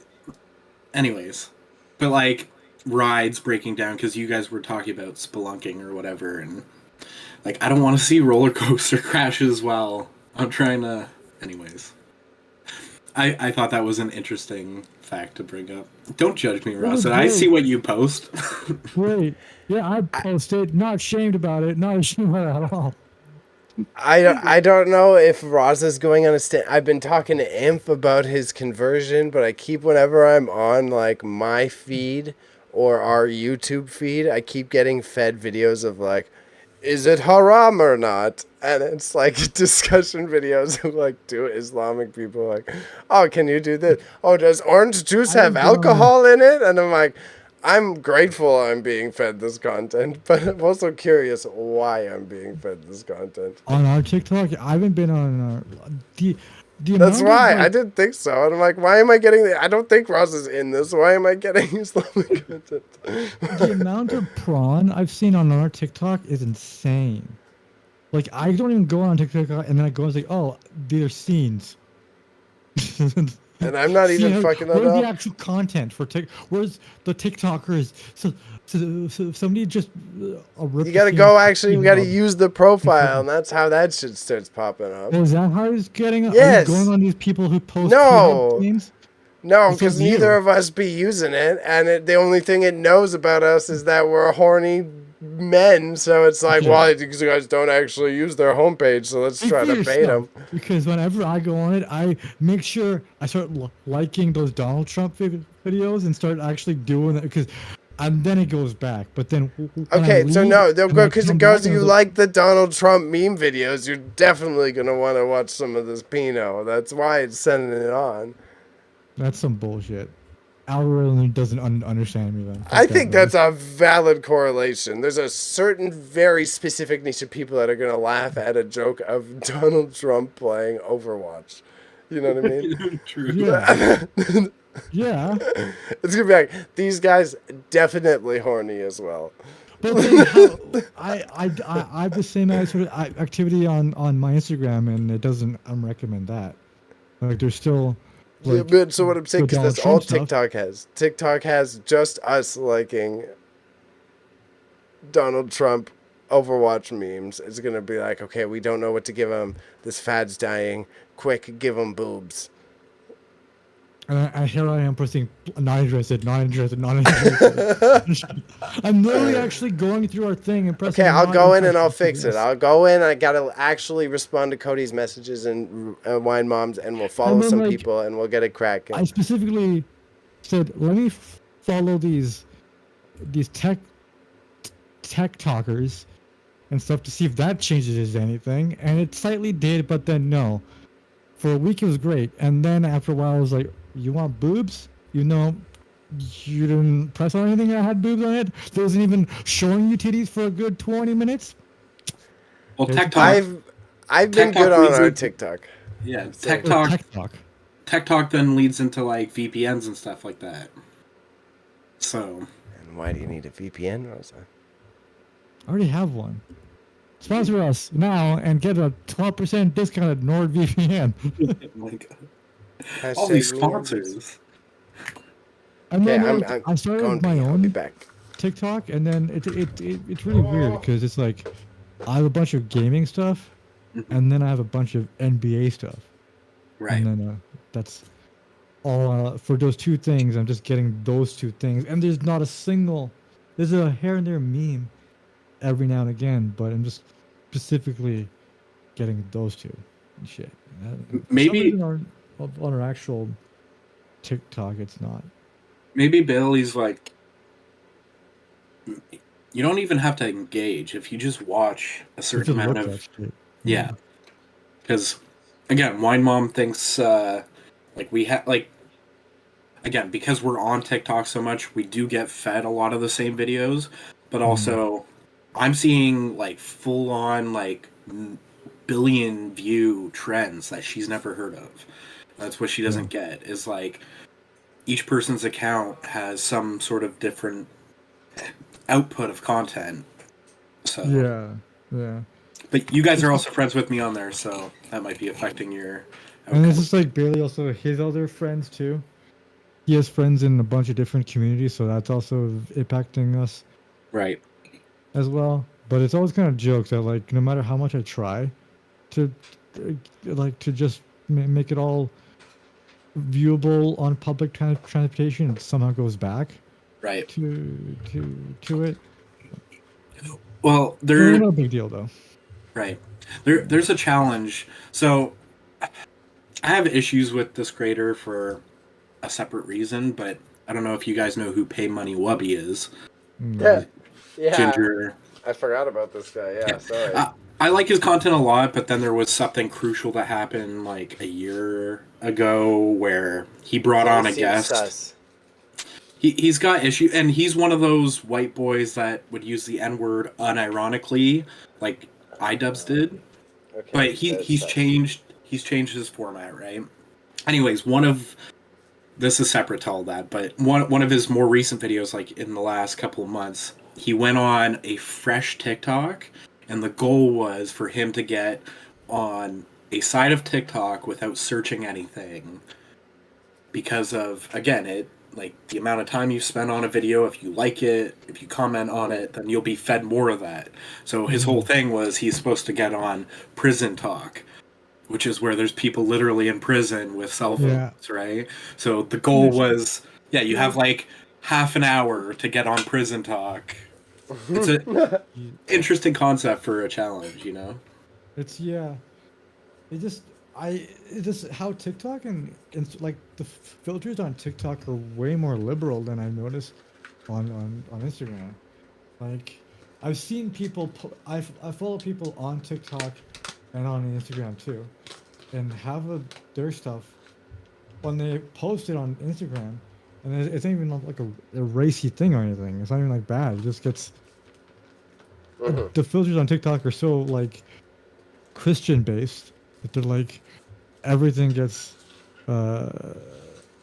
taken off without a second thought. But then on TikTok, it's just like okay, it works there.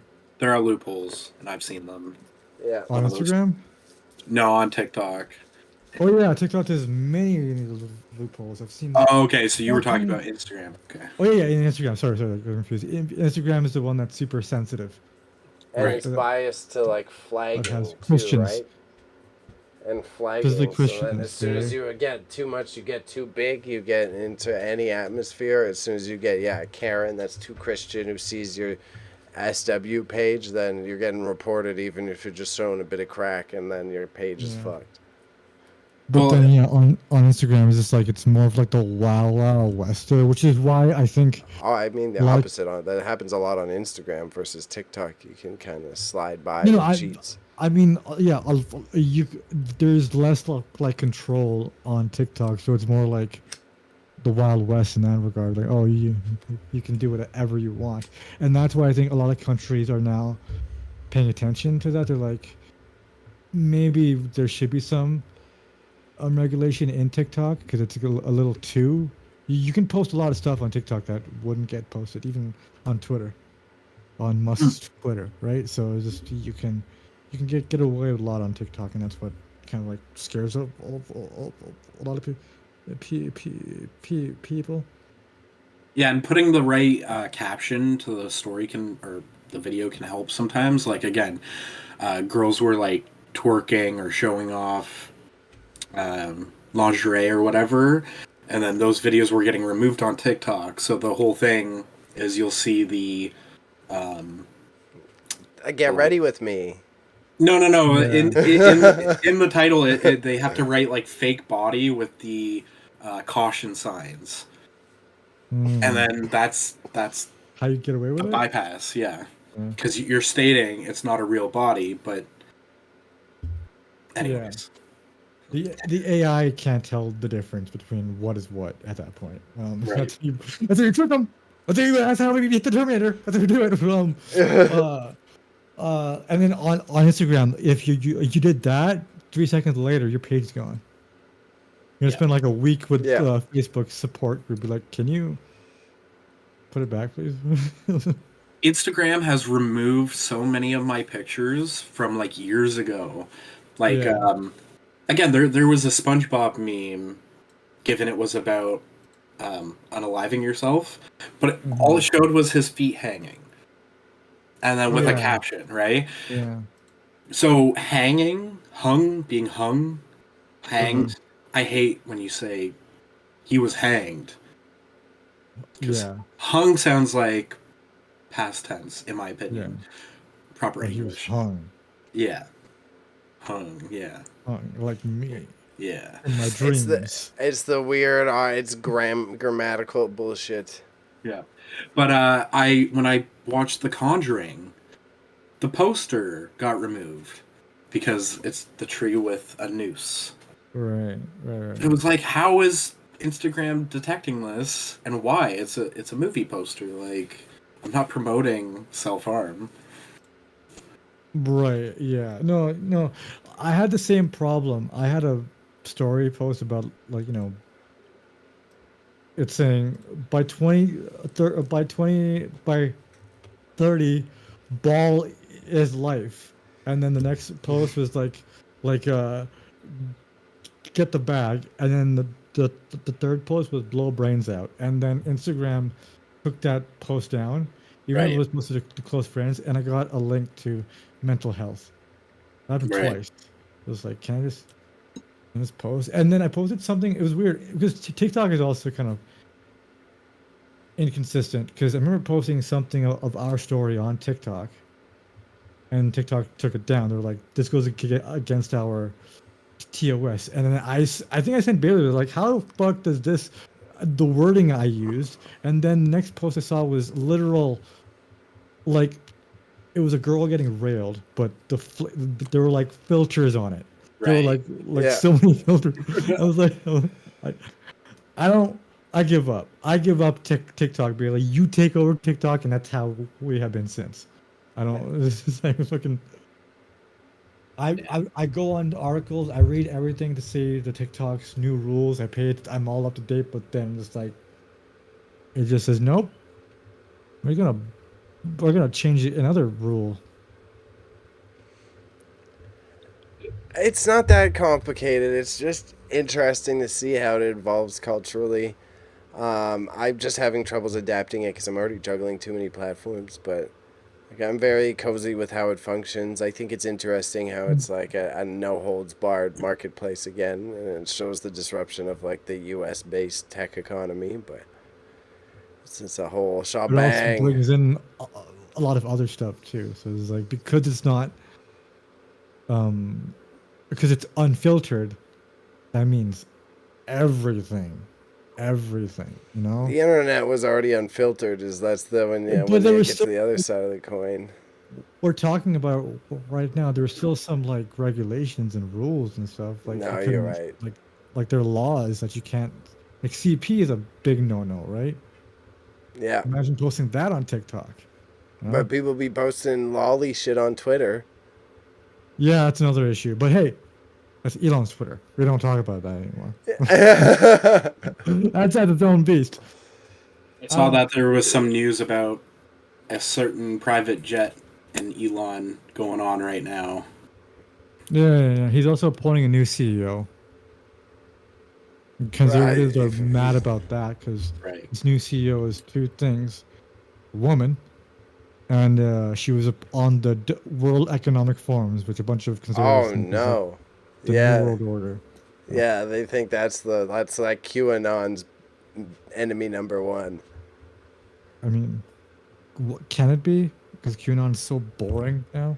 Fuck. Yeah, well, that's all those people down that rabbit hole believe that the head of the WEF is like manipulating all the world government. This is QAnon is the same argument that I use for my mom when she says no more pop for you. It's like you're just globalist agenda. There's somebody telling you about this. Now give me my Coke, my soda. Give me more consumerism, please. Yeah.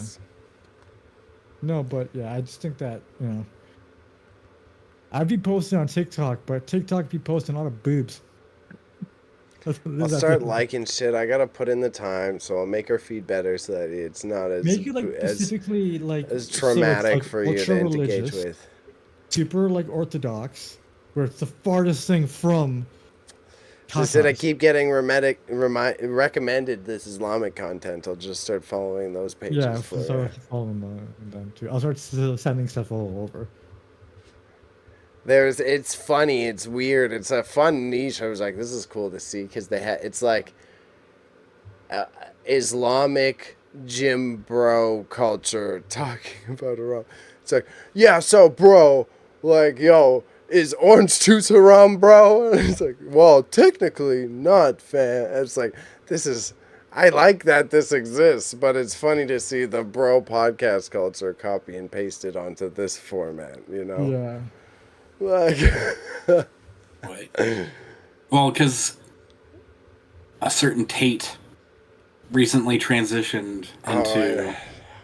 No, he didn't. Yeah, he just because Tate is, and guess who else? I Show Speed is also trying to say that he doesn't. Too. And you got Sneeko. Because there's the TikTok I saw, because I Show Speed has been saying he's doing that, and then he was on FaceTime with one of his homies. It was also Islam, and he was getting a tattoo. It's like the dude was like, "Yo, what the hell?" Oh boy! It's all because they can't get laid. That's why they're going to Islam, and then Islam is a very not. It's getting laid is a normal thing in Islam, so. Like, you're still gonna have a tough time in there if you can't do it out into the other sect. You can't do it. What's gonna make it? People are having fun in Islam too. This is you. Maybe you're the issue. Yeah, it's just weird that it's like a trend. Like a trend, yeah. Everyone's hopping on this. It means great, more Muslims in the world, but fucking the wrong ones. It's this weird counterculture and people wanting to have like quote unquote traditional values. So they're like, oh, Christianity. Join the church. Right. At least you can drink wine. At least the priest will, There you go. He goes, if you look young enough. Yeah. And a boy. Ugh. Nice. Ugh. I lost $120. Gambling? Yeah. Raza. Boston is making it to the Eastern Conference Finals now, or but inshallah. My next bet is gonna make it back. Yeah, because it's the Lakers. So. You bet on you did. I was being sarcastic, but are you going to?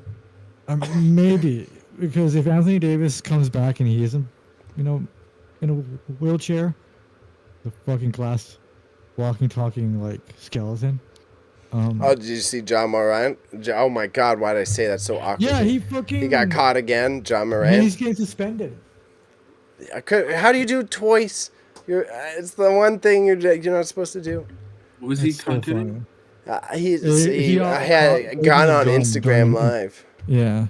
Oh. Yeah, and he's an NBA player, and it's like the one thing. You've got all of this money. You pay another person to have the gun. Like, why? The one thing you can be around guns, you can do, but just why are you holding it? Like, there's nothing. What are you showing off? You're already a multi-millionaire. Dude's gonna have a very short basketball career because like he's gonna injure himself with how he plays. You should see he does dunks, and he does dunks over people, and he doesn't land on his feet. He goes on his back, on his head. He's gonna die on the court one day. You know what I started watching against? The Last Dance. Should have watching that. Fucking Michael Jordan is a boss. Michael B. Jordan. Just lit half the time. Yeah, he Oh, is. Yeah. he's in The Last Dance. Yeah, it's like about him, the Yeah, Bulls. It's about the don't, Bailey, don't. What? He's doing a bit. He's doing a bit right now. Oh, okay. Me? Yeah. Are you guys not talking about the movie where the girl's mom dies and then she learns No. to like no, hip hop dance? No. Okay, No. never mind. Is that Honey? I was no. no. That might be a movie by that. We're talking about. It's a mini series on Netflix that's actually very good about the Oh, Chicago okay. Bulls. It's about the last time the Chicago won the playoff or the chip with the ring. Save Time. The Last Dance. Julia Stiles. Julia Stiles. Okay. I was gonna walk to remember for some reason. It's one of those awkward movies because it's like white girl breaks out into hip hop dancing, and like they do all like the Can we do a step up marathon soon? Oh my god. You would fit right in, Bailey. It's up your alley. You're a b-boy. I had some friends that were into that shit back in the day. It always makes Well, I me bet you laugh. did. He's the Oh friend. yeah. Huh? You're the friend. Oh yeah, I was just popping and locking all the time. Panda here can attest. I'd just be out front the Should school be coming over smoking, with, like, a smoking card darts and popping and locking. That's what I would be doing during high school. Mind you, Bailey was probably in grade 12, and his opponents were in grade 9, so he was going after like freshmen. No, popping and locking was the dumb dancing. He was like, drop it. I'm gonna have Tyga playing in my in my beatbox or my speaker with the iPhone or iPod there, and I'm gonna crank it. So Panda can attest to this. We always ran into this issue because you'd try to go in at lunchtime, and this one specific back door of the high school was just always blocked by a bunch of girls practicing their twerking. Yeah. So you like couldn't go in this one specific And back usually door of the schools school or something else, I because guess. there'd just be mad people twerking, and you couldn't get through, and they would fucking yell at you if you tried to make them stop and get out of the way. I'm twerking here. Of all cultures, it was pretty diverse. I wouldn't even just, you can't just say it was just like Jamaica. It was a wide group of people just twerking. They'd look at you like you were like invading like the girls' bathroom or something, and it's like, there's an exit here. I'm trying to get back to school. Fire. Yeah, we're gonna trip over booties and stuff. Yeah. The only thing that happened in my high school was when Soldier Boy became a crank that. Yeah, there was people doing that. Teachers, it was the most Caucasian thing ever because it was white people here, and I was the first brown guy ever to be in that high school. Yeah, I invented me. It was really weird because half of the school will be like making videos about them moshing in the gym, and the other half of the music school will be like, let's just do, crank that Soldier Boy shit, or like that the shuffle dance. One hop this time, maybe two hop this time. that song. You remember that song? Cha, real smooth. Exactly. Yeah, he got the amount of culture here. They had go. We did that quite a bit, and that was like the amount of dances we had. I don't know about you guys, but the amount of dances we had. I'm surprised our school was academically like on top of the. Yeah, keep doing that. Keep doing that. Sorry. You reminded me of someone there. No, you should have asked them how high. How high were they? That's what you should have been asking them. Sorry, go on, Raza. What was I gonna say? There were dances every month, and I don't think our school got anything done. We had money, Panda. So Winston Churchill had money, so we could afford to do that shit. Yeah. We had a bunch of weird stories, but like they canceled a bunch of school dances because we had the opposite. Too many people were daggering at them. They had a bunch of issues with them. Daggering? Oh, so you should go on TikTok and type in daggering. I'm 31 years old. I don't want to do that. Still be a thing in high school? It's still not in high school, but the jams that used to occur that we know as jams are still a social thing within those communities. So that's also, I'm trying to be safe. But the daggering at a high school level was intense. And I kind of understand why they're like, it's a little much. It's a little much. I went to one of our school Oh my dances. god! How old were they? Yeah. Like people would they'd pick them God. up on the head, and it would get a little wild. Yeah, I went to I think a single dance aside from anything that wasn't like semi-formal or prom at our school. We just traumatized them. We just traumatized Raza. That was our high school life, Raza. There was people doing that shit.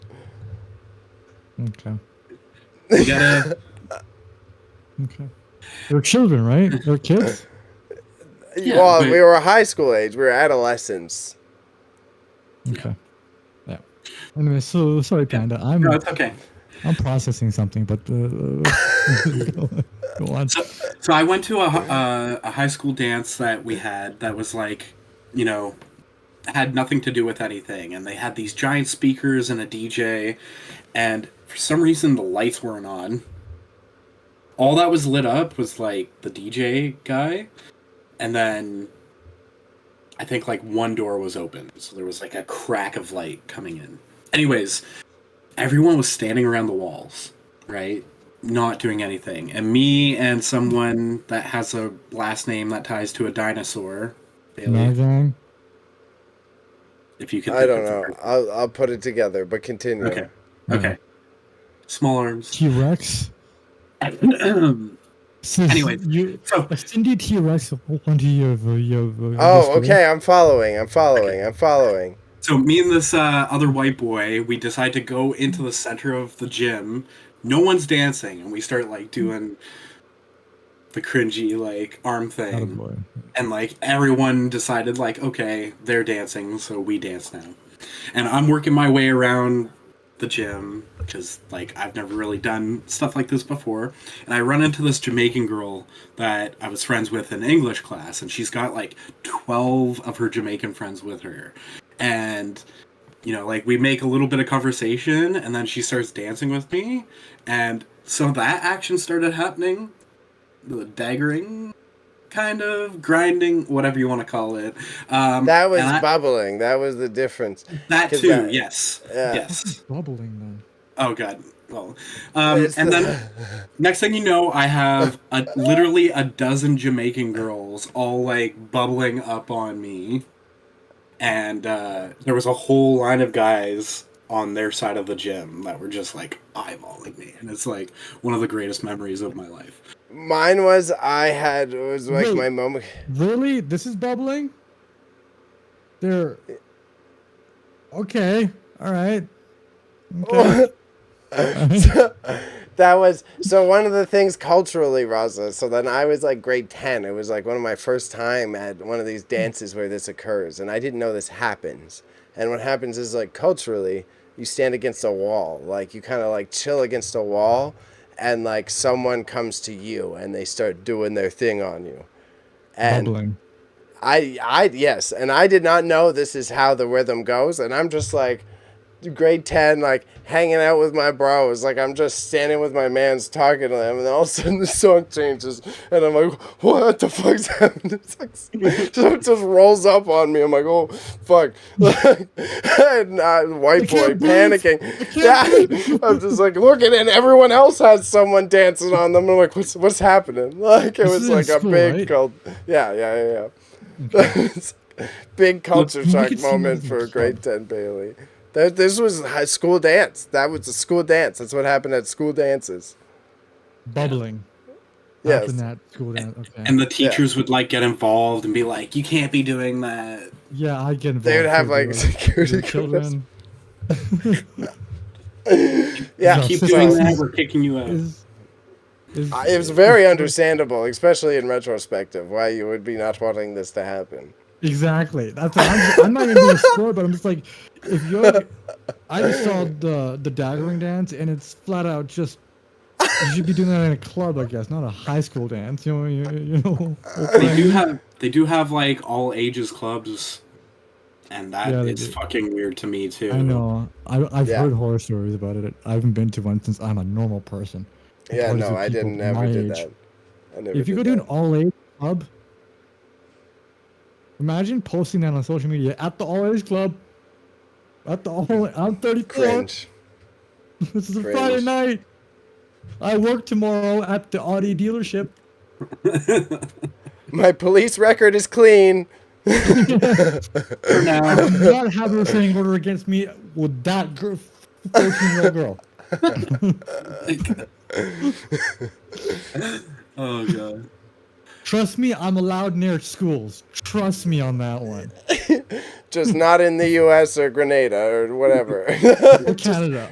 Canada, I'm okay. I'm okay in Canada. I'm not allowed near certain.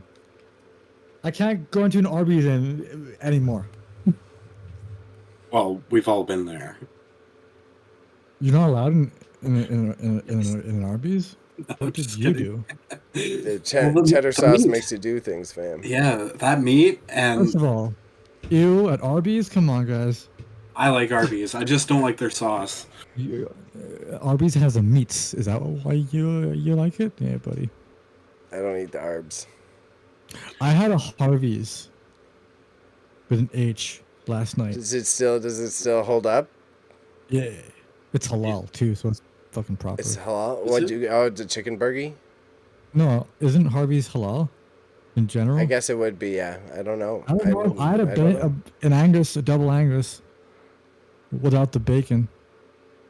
That's Bacon. progress. That's progress to me, guys. By the way. I It was guess they good. wouldn't put anything on the grill either. That's the only thing I was thinking. I guess the only thing that would make it not halal is that they put this shit on the same grill. Yeah, but I enjoyed it. And then my parents got the ghost pepper burger from Pippi's, which is like yeah. how white people have it now, so it's not spicy. I'm not big on this ghost pepper craze. I don't get it. It's not really like a flavorful I just saw it pepper. on Instagram many years ago. You see, I said Instagram, not TikTok, because that's what I want to first saw it. Fuck you guys. I saw it on Instagram a couple years ago. I was like, this is gonna not last, and it's surprising to me it did last because it sounds painful. So, any challenge people come up with, like the cinnamon challenge or like the condom challenge or the my tie God. challenge, whatever, I'm just like, this is why people make fun of our generation. It's the exact. Ever Yeah, heard of this is the job? elder millennial. This is J.O.B.? the elder millennial meme. I almost died doing the cinnamon challenge. I've never done any challenge because to me it's just like, if you want to do a challenge, make it fun and not painful. You know, not where you are going through the motions. Okay, Raza, I challenge you to dump a bucket of ice on your head. Yeah, I'm not doing that. All right, I'd rather donate money to than do that. What does that do for me? I'm not like. Didn't people also nominate people when they planked too? Weren't they nominating Yeah. people when they planked? I saw it. I'm not being a hater, but like when people would nominate my friends for playing, like, dude, you can just No, do I it. didn't. All right. I What was about owling? peak Pissy Bailey. I was peak. I was the person you meme, Raza. So imagine how I was reacting to planking. I was just you're so pissed fun. at the world. I was like, oh, you're all stupid. This is dumb. Reality is Yeah. worthless. I am gonna go out on the night and break some mailboxes. I'm gonna go ketamine. break some laws, you fucking ass. Yeah, you fucking losers, squirrel. No. I was gonna say, like the challenge that the marshmallow challenge was the only one that I found. Oh. Where you just eat the marshmallow, or you say marshmallow bunny or something like that. Is however many marshmallows you had. Yeah. It was great because you had a tasty treat afterwards, right? You weren't just having straight cinnamon, or falling off crates, or fucking stealing items from your school, such as a locker or a whole sink.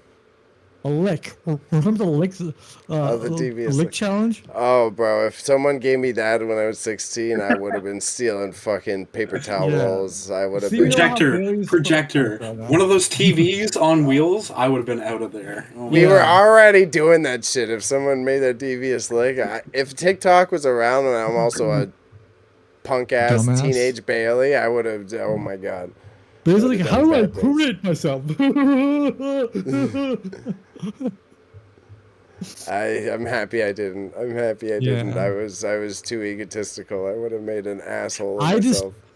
I was a loser like in high school, so thankfully I didn't participate in any of the challenges, and I'm glad to know I didn't because the people who did, I just went on Facebook a couple of days ago. Let's just say live peaked at that point. Life peaked at that point. No, definitely Yeah. not for baby. So many people in my year at high school are getting like, you know, it's not a joke, but it's just like it sucks. They're getting like separated. A lot of them are. The same time I hopped on, I saw like 3 posts that were like separated from like a month ago. Because Facebook, I don't know how Facebook works anymore, but it shows like You get stuff there's that's a like- relationship status feed. unless they post it, unless they want people Oh, to okay. post it, right? But I hate people that. Can we talk about how that's cringe when you need to update Facebook that you broke up? You choose to do that in college and high school, that's normal. But once you're an adult, now? Yeah. No, it's like, I oh, don't you wanna think get so. divorced? All right. Yeah. Just turn it off. You don't need to hit yes to notify my friends. You know what I mean? Like, I'm not no. alone. Yeah. It's asking you if you want to post about it. Like, no, that's cringe. That's cringe. I remember it being such a big deal, like at least up to college. Be like, oh, you're gonna post your partner? Be like, yeah, sure, whatever. I'll post up. Whatever. I stopped. Make I me haven't feel- updated or something. any- Yeah, Bill, you're so different. You're Hey, can- Windows 98. We're all Windows ME. Can we all Or be in like in a 3-way? No. A triad? We can get in a triad. do they have that on Facebook? That would be funny. Probably. We could get in a If probably. it requires me to go on Facebook, I don't want to be a part of it. If it requires me to activate that shit Fair. again, Oh, okay. I just got excited. I was gonna check. I'm only into one I'm not into any of this fucking open bullshit going on here. If it's gonna be me and Panda, it's me and Panda. Bill can go find his own mate or whatever the fuck. Hey gotta be man, the- if you want to be trifecta. the bossy daddy, it's okay. It's okay. I ain't sharing anybody. Yeah, we're in a relationship with you. Yeah. No, okay. That's okay. I'm just in love with your brains, Raza. Yeah, I will cook you and Panda. Brains? Yeah. This is one of the worst things I've ever heard in my life. Good content, quality content. We're We are professionals getting, over here. We did begin about how to have sex while spelunking. That is true. We're on Yeah. topic. If anything, we're are good at very our much jobs. on topic. Very much Yeah. on topic. Something I'll never do is that. You know why? Because it sounds inconvenient, and for the views, no thank you. It's not worth it. Getting- Yeah. Mr. Beast comes in. I'll give you a YouTube career if you fuck your best friend. That's the power I want out of YouTube, you know? Yeah. you to gunpoint. Do you want to make $1 million? No, Mr. Beast. Do you want to make $1 million? No. Do you want to make $1 million? It's funny, like, you know how he has the neighborhood now. Yeah. Yeah. Somebody made a joke like, what happens if you get fired from this company? Does it vote you off the neighborhood like it's Survivor? Only if you do something bad, I imagine. Probably. Yeah. I was thinking it's gonna be like the and this is a joke. It's gonna be like that cult back that drank all the Kool-Aid. The In South eternal, whatever. Oh shit. Heaven's Gate. Jamestown? Oh, I probably can't say it. I probably shouldn't be saying it either. Raza spoke over you, so it's okay. Okay. That Heaven's one, James. Door. Heaven's Door. Wasn't it that Jack. one? Sure, yeah. I'll take I it. feel like that's a joke. Like, oh, we're all gonna join in, and then they're like, oh, in order to join in, here's some flavored water. Mm, Didn't taste like anything. some grape drink. If you drink it, you will see Mr. Beast. You will be with Mr. Beast on another plateau of existence, the Beastdom.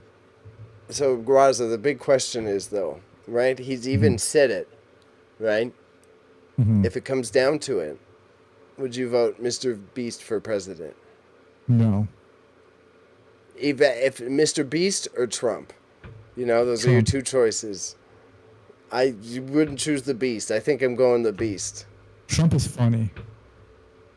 I think the Beast could be funnier if you gave him the platform. It'd be funny Well, because Mr. Beast would be the first person assassinated since what was it, JFK? That's a hard call out. I feel like that's gonna get us in prison time. Oh, I'm sorry. The AIs are gonna clip this 20 years in the future, and we're fucked. Yeah, I'd pick Trumpito. I mean, he just started it, Bailey. He said the T word, so we can't. Well, I didn't say smash-made him. No, I said in the same realm. association. That's what I said. Association. Yeah. Association. We're going to associate him in the Adjustment Bureau, starring Matt Damon and Emily Blunt. I forgot about that movie. Yeah, well, keep on forgetting about it. That's where it deserves to be, forgotten. What was I gonna say? Yeah, Trumpito. I would pick the orange man in chief. I'd pick the Cheeto in chief. He's got the zingers, baby. I love. It's okay. We're about to have 4 more years of it. It's not like it's gonna be a fight. Didn't you watch his Nelk Boys interview? You didn't like him after that? He just did another one. Job. I got things to do than one. Actually, I did watch the Nelk Boys interview. What am I talking about? It was great. I said 4 more years. It was weird. That was a weird mind trip. That was like, this is society. That was very much a this is society moment for me. We live in a society. Yeah. We be living in that society. I saw House of Gucci. Oh yeah? Was it good? Yeah. Is it funny? Like in a bad way? It's fine. Just something weird about I can't put my finger on it, but there's something off about Lady Gaga. I just can't put my thumb on it. There's something that it doesn't annoy me. It just like if she wasn't in anything, I wouldn't necessarily be upset about it. Right. But it just I don't know. Everybody How'd else you feel fine. about Adam Driver was just Adam Driver. What about Morbs? Oh, yeah. Sure, he's in it. He's driving on this the entire time. He's super Italian. He's the jet little I was in Mario. I was in 30 Seconds to Mars. Hey. That's obnoxious. My brother is the drummer of 30 Seconds to Mars. Hey. That's him. Throughout the movie. And then Al Pacino is really weird in it too. Really, really weird in it. Sounds surprising. Yeah. Odd. And then who else is in it that I... Yeah. Cappuccino. Cappuccino. How many? What's the rating? Oh, okay. What? What? What else did I see? Yeah, Arrow was pretty good. I see Guardians. Yeah. I've been avoiding. Is it you, Panda? What? No, it's not. Okay, never mind. Post it on the Discord chat. Oh, that's me. That's me. Both of those are me. I wanted to piss off Bailey. Oh. Wait, that's you? Yeah, both of those are me. I can tell the bottom one's him, and I recognize that T-shirt. Oh God! Remember Owling? You guys remember Owling? That was a huge sounds thing. familiar, but I don't remember it. Where you were just on a chair or something, on something, and you were perched like an owl. Oh, I have What one was of that those sex too. thing? You were I did. howling? Yeah, I didn't know it was a trend though. Yeah. It was just like, I'm Batman. Oh no, it's called owling in my neck of the woods. Ah, okay. Yeah. Like perching. Like perching, yeah. Yeah. I would always try to push people off at my high school while they were doing that. I was like, hey, you should have a broken face. This would be fun here. That was your trend. Yeah, So, I've got this one. Oh, did it not save? Save. There it is. I'm trying to think of all the internet trends that popped off. I mean, Raza caught me off guard with the whole. That's Spider-Man. Yeah, that's what I was going for there. I've got a few of them, but I won't bombard. Thank God I didn't get confident in who I was until like third year college. And now you Thank have no God. energy. Now, yeah, and now I'm like completely gassed out. Mood. I was super comfortable with myself, who I was in 2013. It was a good year. It was a great year. Evil Dead came out. Is the year after the world ended? Yeah, we're in post-apocalyptic Canada. We're in a dream of Norman Reedus on a beach. Shut. I think it'd be a little bit more stinkier.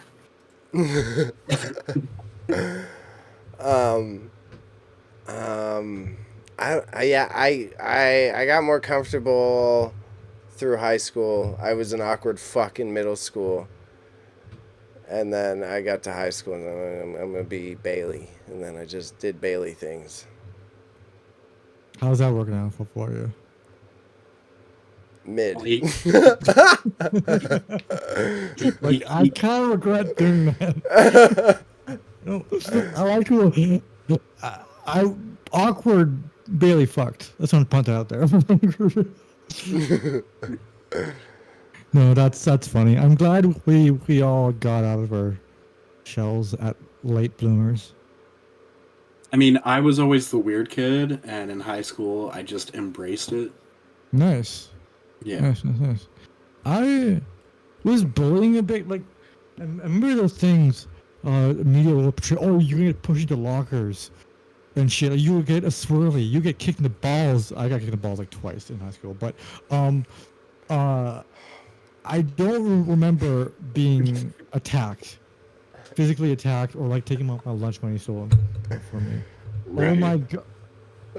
Hey, you? What? And Norman Reedus. What are you wearing?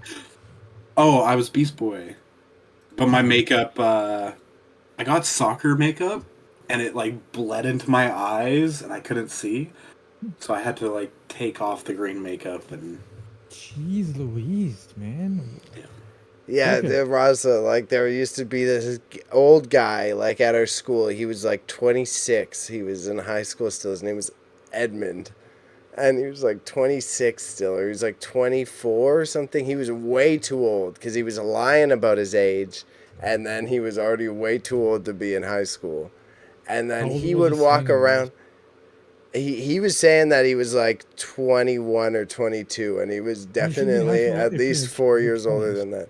Well, you got to remember before, my generation, because I'm older than Bailey, grade 13 still existed, which is just anyone over a certain age, right?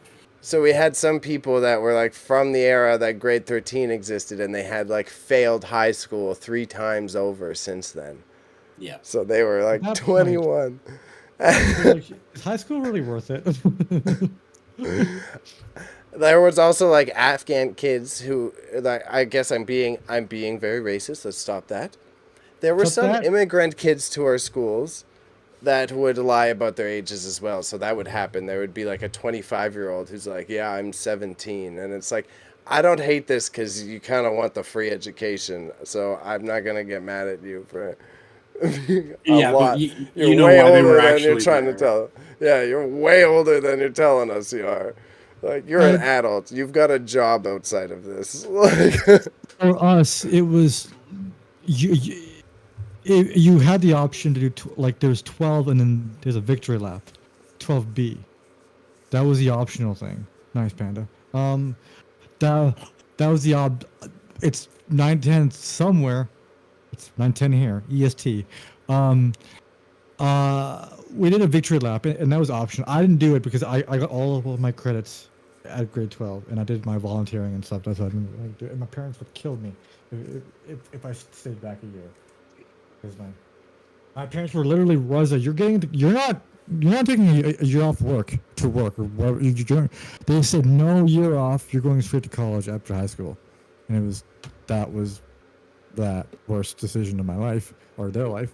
But it was 12B was optional, and it was super weird because I went back to my high school during the third weekend at Seneca, and seeing half of my grade there. People I thought I graduated with, but that's why our grade 12 graduation was not that full, because all y'all were, fucking off, Yeah. Boys and I's mutual friend, we both went to the same high school together, and her and I graduated in the same year, and she can even say like, oh, half of us didn't even go because of the graduate. So seeing our, how like they have a like the year thing. Yeah. Like half of it was like the smallest one, and then they had the other years which were like bigger. It was like this very large pictures of us just to fill the empty spaces.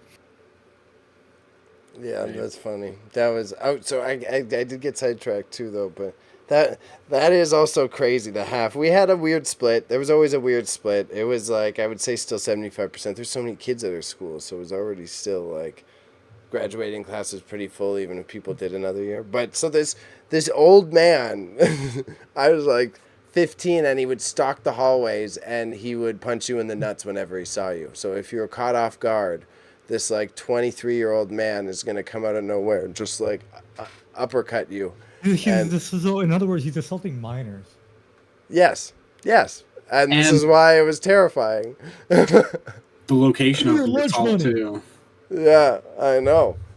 Jesus Christ. So that was your first interaction with an adult that isn't your parents. Yeah, oh yeah, just getting punched in the nuts. I remember there used to be girls that would have like their older boyfriends that didn't go to our school, like come into class and sit next to them.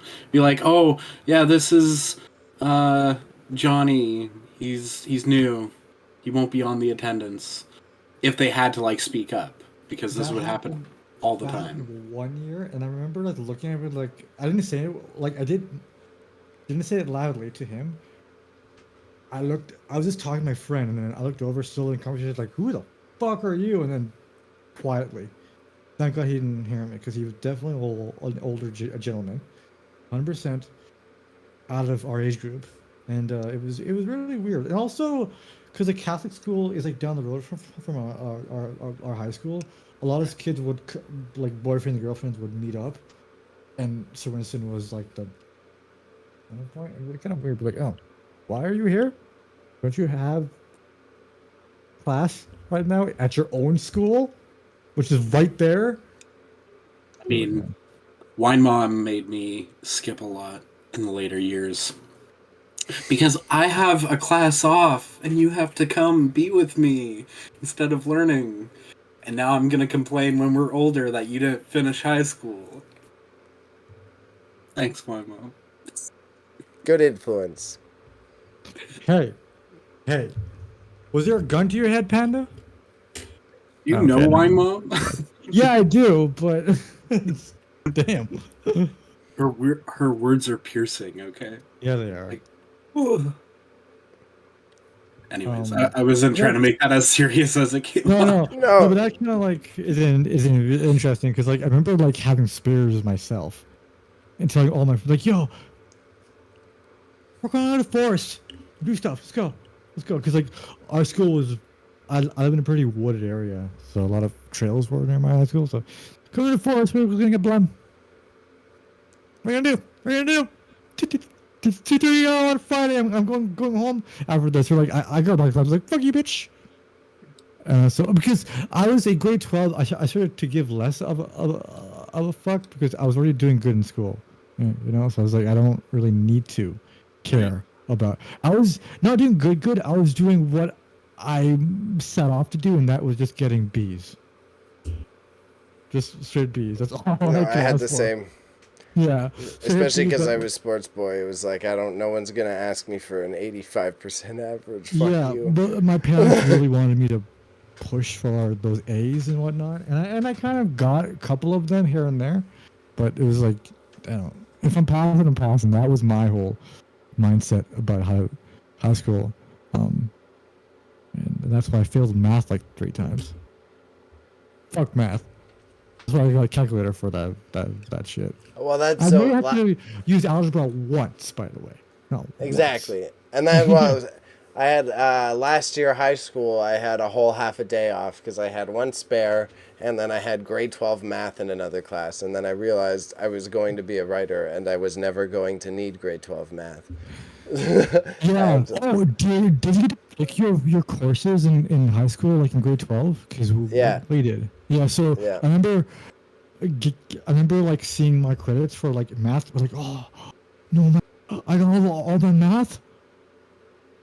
Grade 12 is gonna be a fucking, and it was a breeze because there wasn't any math, by the way. I don't remember grade 12 as much because I went right through it. I was like, give me computer tech, give me writercraft, give me the media classes, give me everything that I'm literally using today. That was. I had. Panda to this day.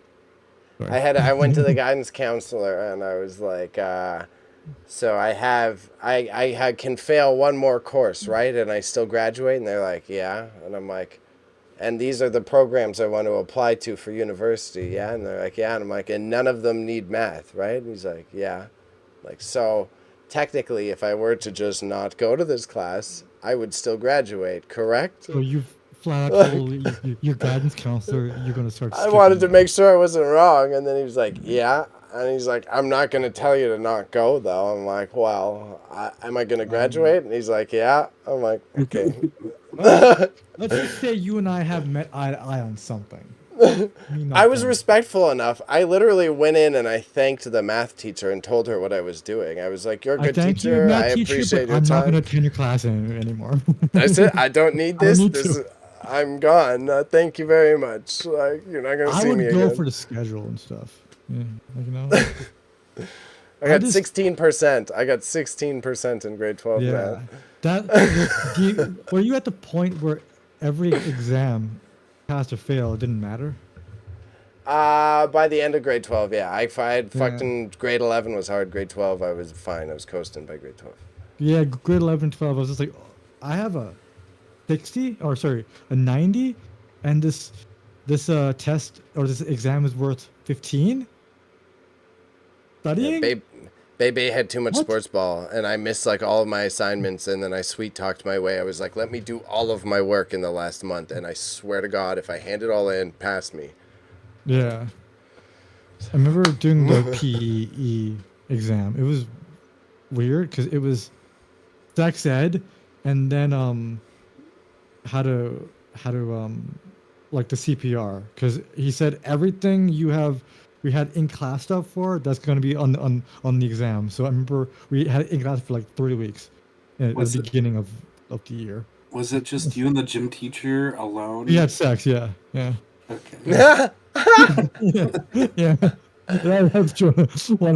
Yeah. I got an A+. Yeah. Broke some laws, but we still got here. It was cool because during I paid a lot of attention in like Wisecraft and Comtech and media studies and stuff like that. But other than that, I was like, I don't need any of this. No, yeah, and I got to coast in gym class always because Bebe's sports boy, captain of this and that, so I'm just going to sit around and do fuck all really all gym class. I know, right, Panda? He's like, I'm captain of this. Just throw that out there. I was the captain of rugby. I'm already jerking off the coaches on the side. I have a football team and I got the baseball team on my back. I'm saying he sucked a lot of dick in high school. Yeah. Yeah, I never saw you at the Terry Fox runs, oddly enough. What were you off doing? Blow, getting finish filling off the runners, run. Oh yeah, there you go. Everyone, all the stoners like Cody Gilby would just sneak off into the forest during the Cody Fox run and then show up at the end of it. When a slim Russian girl with black hair is like, "Hey, you want to get out of here?" You say yes. Yeah. It's pretty funny. Yeah. Wait, you talking about you? Yeah. Yeah. Oh, okay. Yeah. I mean, That's funny. I did enjoy the Terry Fox run though, and like even before high school, my school was like in the top 3 schools of funding or raising money for the Terry Fox Foundation. So I got to meet his mom, brother, sister, and yeah. Were they grateful that your school single-handedly funding Fostered Paul Bernardo? Oh, this was before that. I'm teasing. I'm being sarcastic. You're giving too much information, Bailey. If anyone's watching. That was out of left field.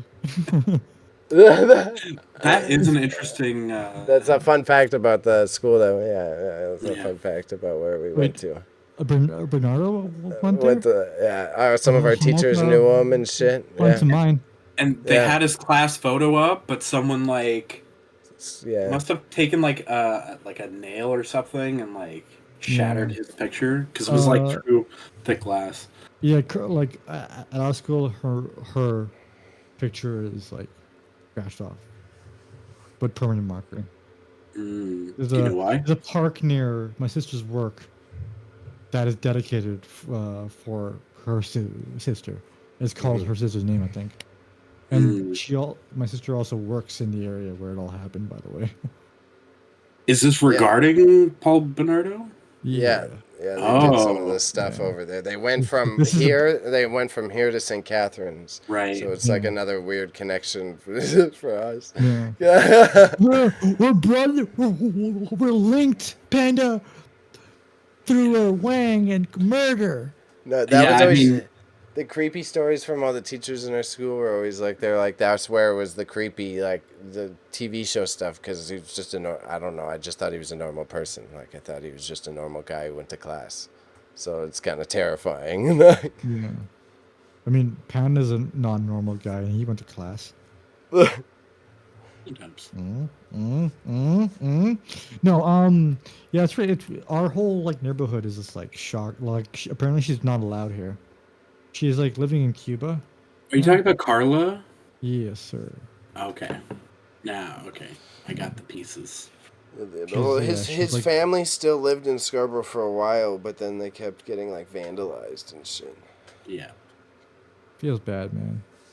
There's a pretty good movie called Carla, which has Donna from that 70s show, and then Misha Collins, who... Yeah, I was going to say, isn't it like Jason Ankles or one of the supernatural bitches? Yeah, it's the angel from Castiel. Angle?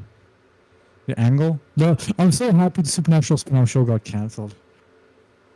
Elvis 50 out there is melting. All the shows are getting canceled. All the shows Not the are... good ones. I don't want the good ones. Lock and Co., which... Succession is finally finishing after there are 2 more. I keep thinking tonight or last night was the last episode, but it's still got 2 more episodes left. I think. And then God Bill is watching Andor. Finally. I've been slowly watching it with my roommate, and it's great. I enjoy it. The acting. The main dude, I want to see more of him. I'm going to look up the main Watch dude's Narcos films. Mexico. Yeah, I've seen that. I like him in that, so that's why I gotta watch him in more. Watch then you're gonna hate. Oh yeah. Really? That is a good movie. I like that movie. It got a lot of hate. Neil Blomkamp. So, fun fact: Neil was supposed to do the Halo movie, which got canceled because whoever owns Halo was like, actually, we're gonna wait for a few years and ruin it in a TV show. No, so that's how District 9 came, and then I think Elysium came after that. And Elysium is basically Halo, just with like That's a bold claim. How is it basically Halo? Go in space. Space. there's Space. there's like a circle in space where all the rich people live, and He's trying to cancel you, Panda. Just gotta. I'm not trying to cancel him. You gotta Matt Damon. put up your grade. No, that movie was sick. Underrated though, sick. But No, Bailey will like Elysium because it's about a white guy that lives in a very high population of of your origin story. other I don't cultures. like Elysium. It is not a good movie with Matt The Damon. guy who wanted to save the Latin lady, which is what Bailey wants to do. Oh my god. But the only difference is that this guy's bald. Bailey refuses to, Oh, he's in Elysium. Is this why we're talking about it? Yes. Welcome to the meeting, Bailey. Sorry, I'm looking through Diego's stuff right now. That's why I got. Yeah, okay. He's in a bunch of Spanish stuff too. Bailey's gonna hate Rogue One. That's my favorite one. Have you seen it? Have you seen Rogue One? Yes. Okay, Jesus, God. We've always been agreeing. You're so critical of the Star Wars, and then we always bond that this is the one that we do like together. And then we go, okay, we shake hands in the middle ground, and my bond feels hurt. I thought we had something here. I forgot. I'm sorry. I simply have forgot. Bailey. I apologize. It's okay. I'm teasing. And the reason why I think Andor is such a good show is because there's no, Jedi. There's no bounty hunters. Like myth. There's no weird myth that needs to be it doesn't need to connect to the movie, its own movie, but it doesn't need to connect itself to the overarching thing, right? Star Wars is just the setting rather than this whole we're going to further the fucking franchise. It's just like here's the story.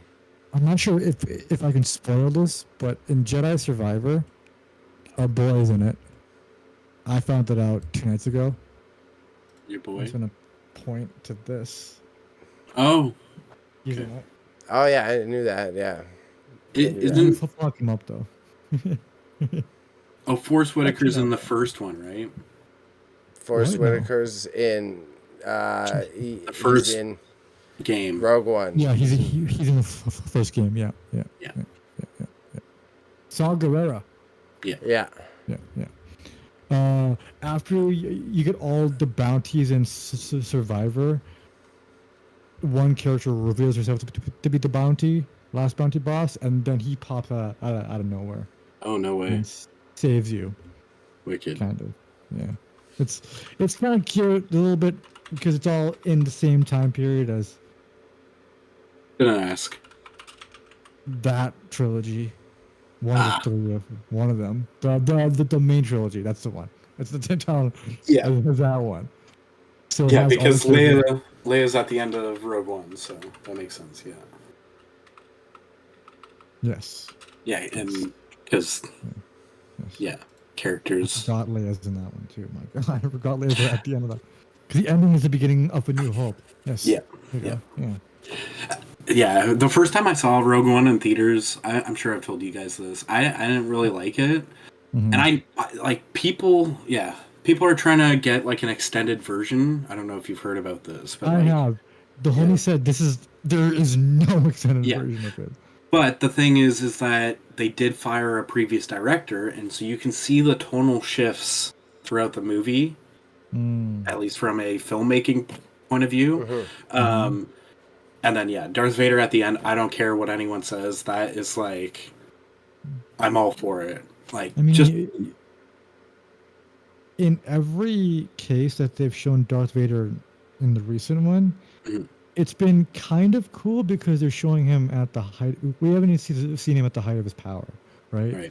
Of Darth. We've seen him his rise and his fall. Yeah. So when things sort of like lean on him heavily now, I'm just like, okay, why don't we just use the parts of his life that we didn't explore, which is a height?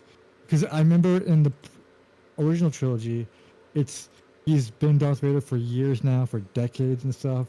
He's now not that strong, right? He's still being owned and controlled by Palpatine, but like in Obi-Wan and in the game and in the movie, it's like he's young Darth Vader killing shit. Classic. You know? So, actually, not to divert from your story, but last night I couldn't sleep, so I started writing out movies, and so like there's 20 on each sheet, and I think that's what it looks like, right? Oh. 3, 4. I've got 100 movies written down already. God I damn. was thinking about the movie the week of. Well, like that's the thing is, so now I might take these and like get a fishbowl or something, and then like And do that, yeah, okay. That sounds like a very convenient idea. My next movie is going to be probably very anxiety, depressing. You just Acts saw on the Enemy. norm. No, that was my mom's I know, I'm choice. just saying we just saw one depressing. Oh, okay. I mean, most of our movies have been pretty depressing. Let's be honest. I'm not Death to Stalin. The subject matter was depressing, but how it was told was not. Yeah, no. Yeah. What's the movie then? Unless you maybe be a cock tease about it. Well, I think I told you before. It's going to be a same director as There Will Be Blood. I always mix his name up with the Resident Evil guy. Paul Anderson. Paul S. Oh, Wes Anderson? No, that's Resident Evil, I know. right? I know. Yeah, Paul Anderson. Yeah, Whatever Paul his name Thomas is. Anderson. That's it, Thomas. Anderson. Thank you. Paul Tommy Anderson. Yeah, he has some great movies. He's one of my favorite directors. Boogie Nights, Phantom Thread, Magnolia, Punch Drunk Love is a good one too. Adam Sandler actually acting. Paul Thomas Anderson. He looks like forgot about shocked. that one, yeah. I'm gonna take a picture. There's stories of him and Quentin Tarantino going out doing the white stuff. No. Boogie Nights. Boogie Nights is good. No, not Paul. Not Paul. Yeah, Paul. Paul doing Dano. the white stuff. Paul Dano. Is it gonna be Licorice Pizza? No, I that's an okay movie. Love? Because I know you love Adam I Sandler. do. That is on my list, but Yeah. I'm not gonna tell you. Is it The Master? That's a good one too, but no, I think Wine Mom would be checked out. Bailey might find it fascinating though. I was Would you lost in find- reading. I'm sorry. It's okay. Philip Seymour Hoffman being acting as a nut job with Joaquin Hicks in The Master, and getting a hand job by Amy Adams in that one scene. Oh, remember when he pictures everyone naked in the room? Yeah. That was the first time I saw like, this is Amy. I saw her. This is the second movie I saw her in post Man of Steel. I was like, Right. Zack Snyder, you are a fucking insane person. Yeah, that was a weird scene. He just narrating a book and everybody's butt naked. Yeah, that's a great movie. What It's a good movie is this but one? It's such a weird. It's such a.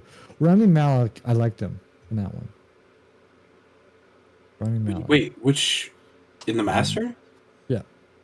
Who is he in that? Clark Macy. The fuck? Hold on, let me look. He's got a bunch of Oh right, he's His like the husband or the brother or something. yeah, of one he's of the like characters. he's like up there. Yeah, he's like the right hand man of Philip Seymour Hoffman, I think, or something, Right. until Joaquin comes along. Oh yeah, I forgot he was in Twilight. Who? Oh, Rami Malek. Rami. Yeah.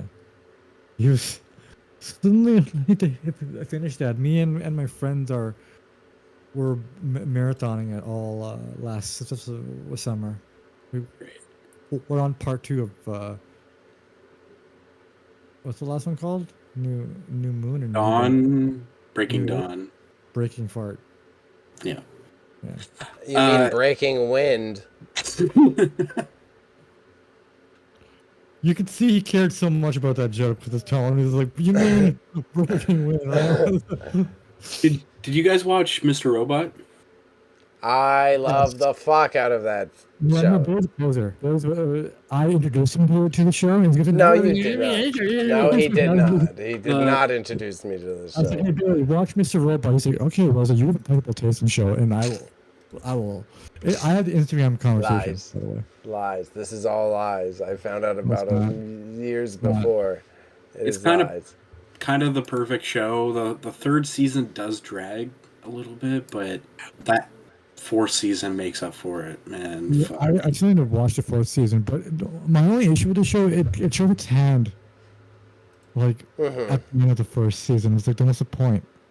At the Well, the They final explore ending. it through the whole thing. yeah, but like, it would have been cool if they say, he's in his brain at the end, like he's in his head at the end, and then it's like, oh, Yeah, but there's no like, guarantee that they'll get to that point. And then it's a larger discussion on like capitalism and structures I know, but, existing like- within them, and it's like the his main complaint that I saw of the show, because the reason why people like season 1 is because there's that elusiveness of who is Mr. Robot there or not. But then once you start knowing that, once you have that veil pulled out, kind of, because that Mr. Robot being elusive is one of the core aspects of the show. It anchors everything together, and when you give it away, I did like the season where he gets in jail.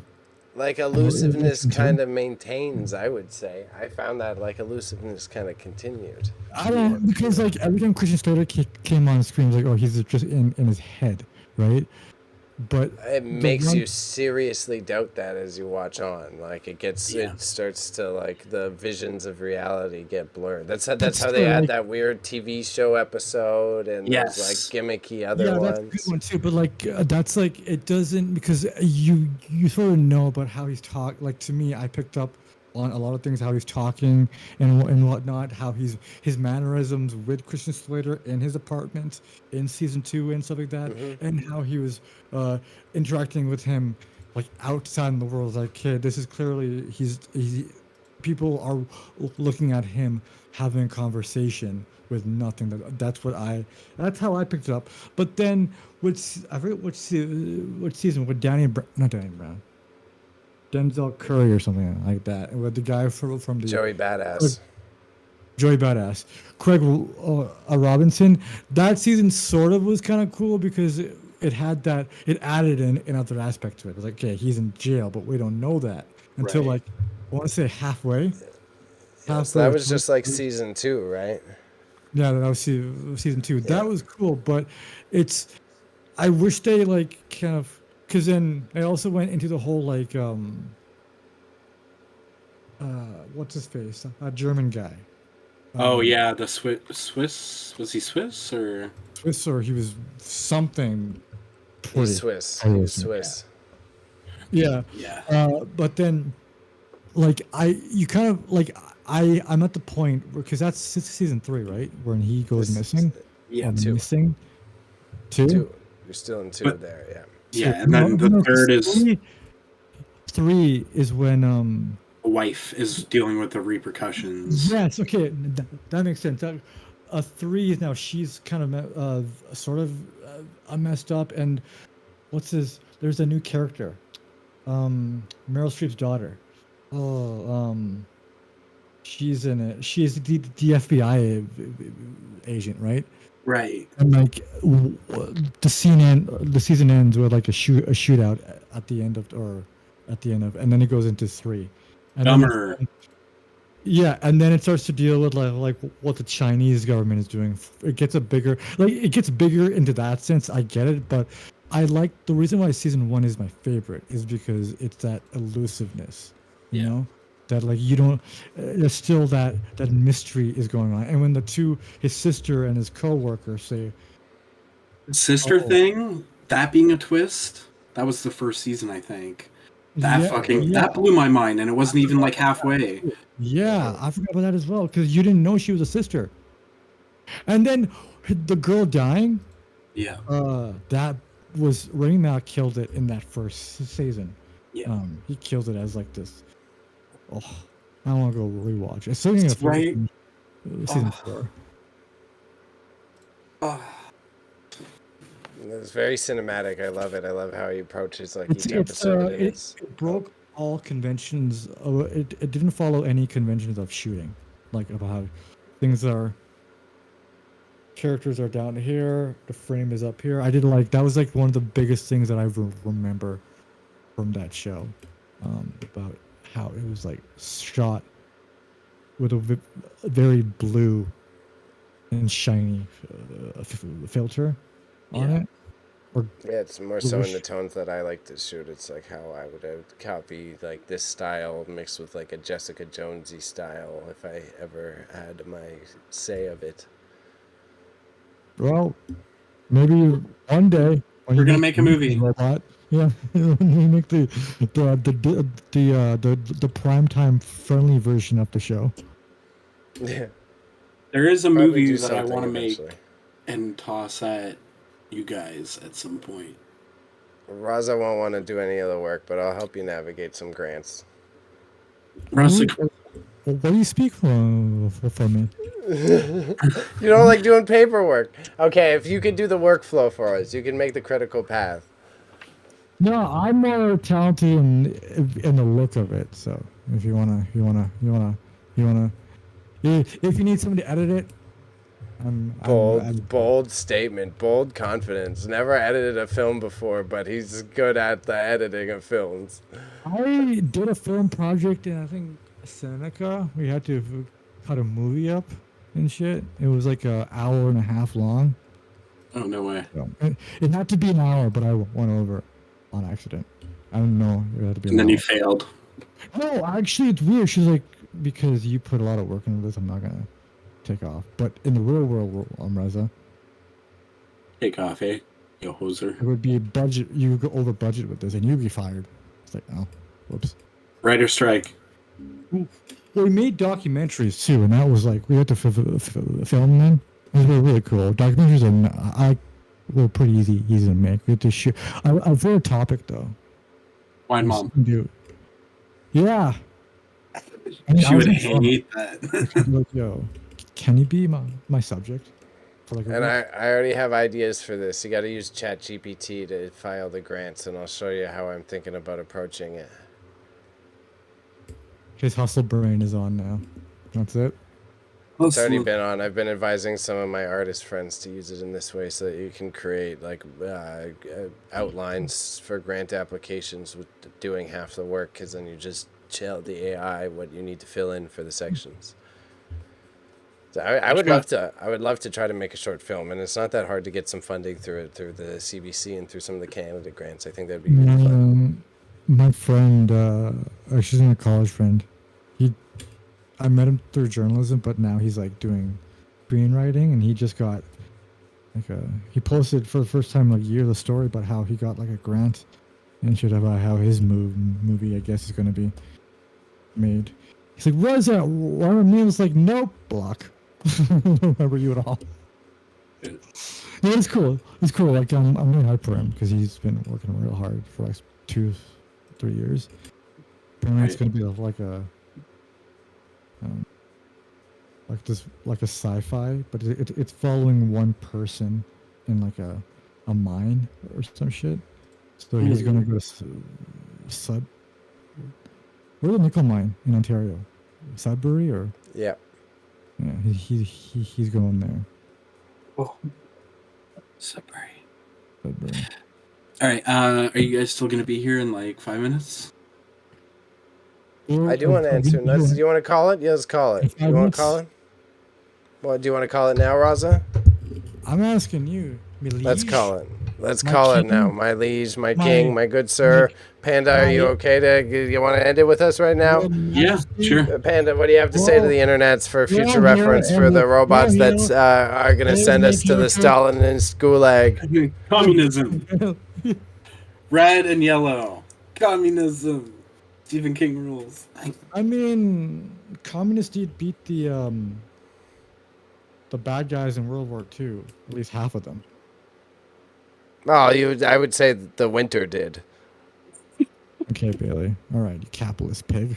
You. Oh, the winter did. Meanwhile, the ocean also did too, because then.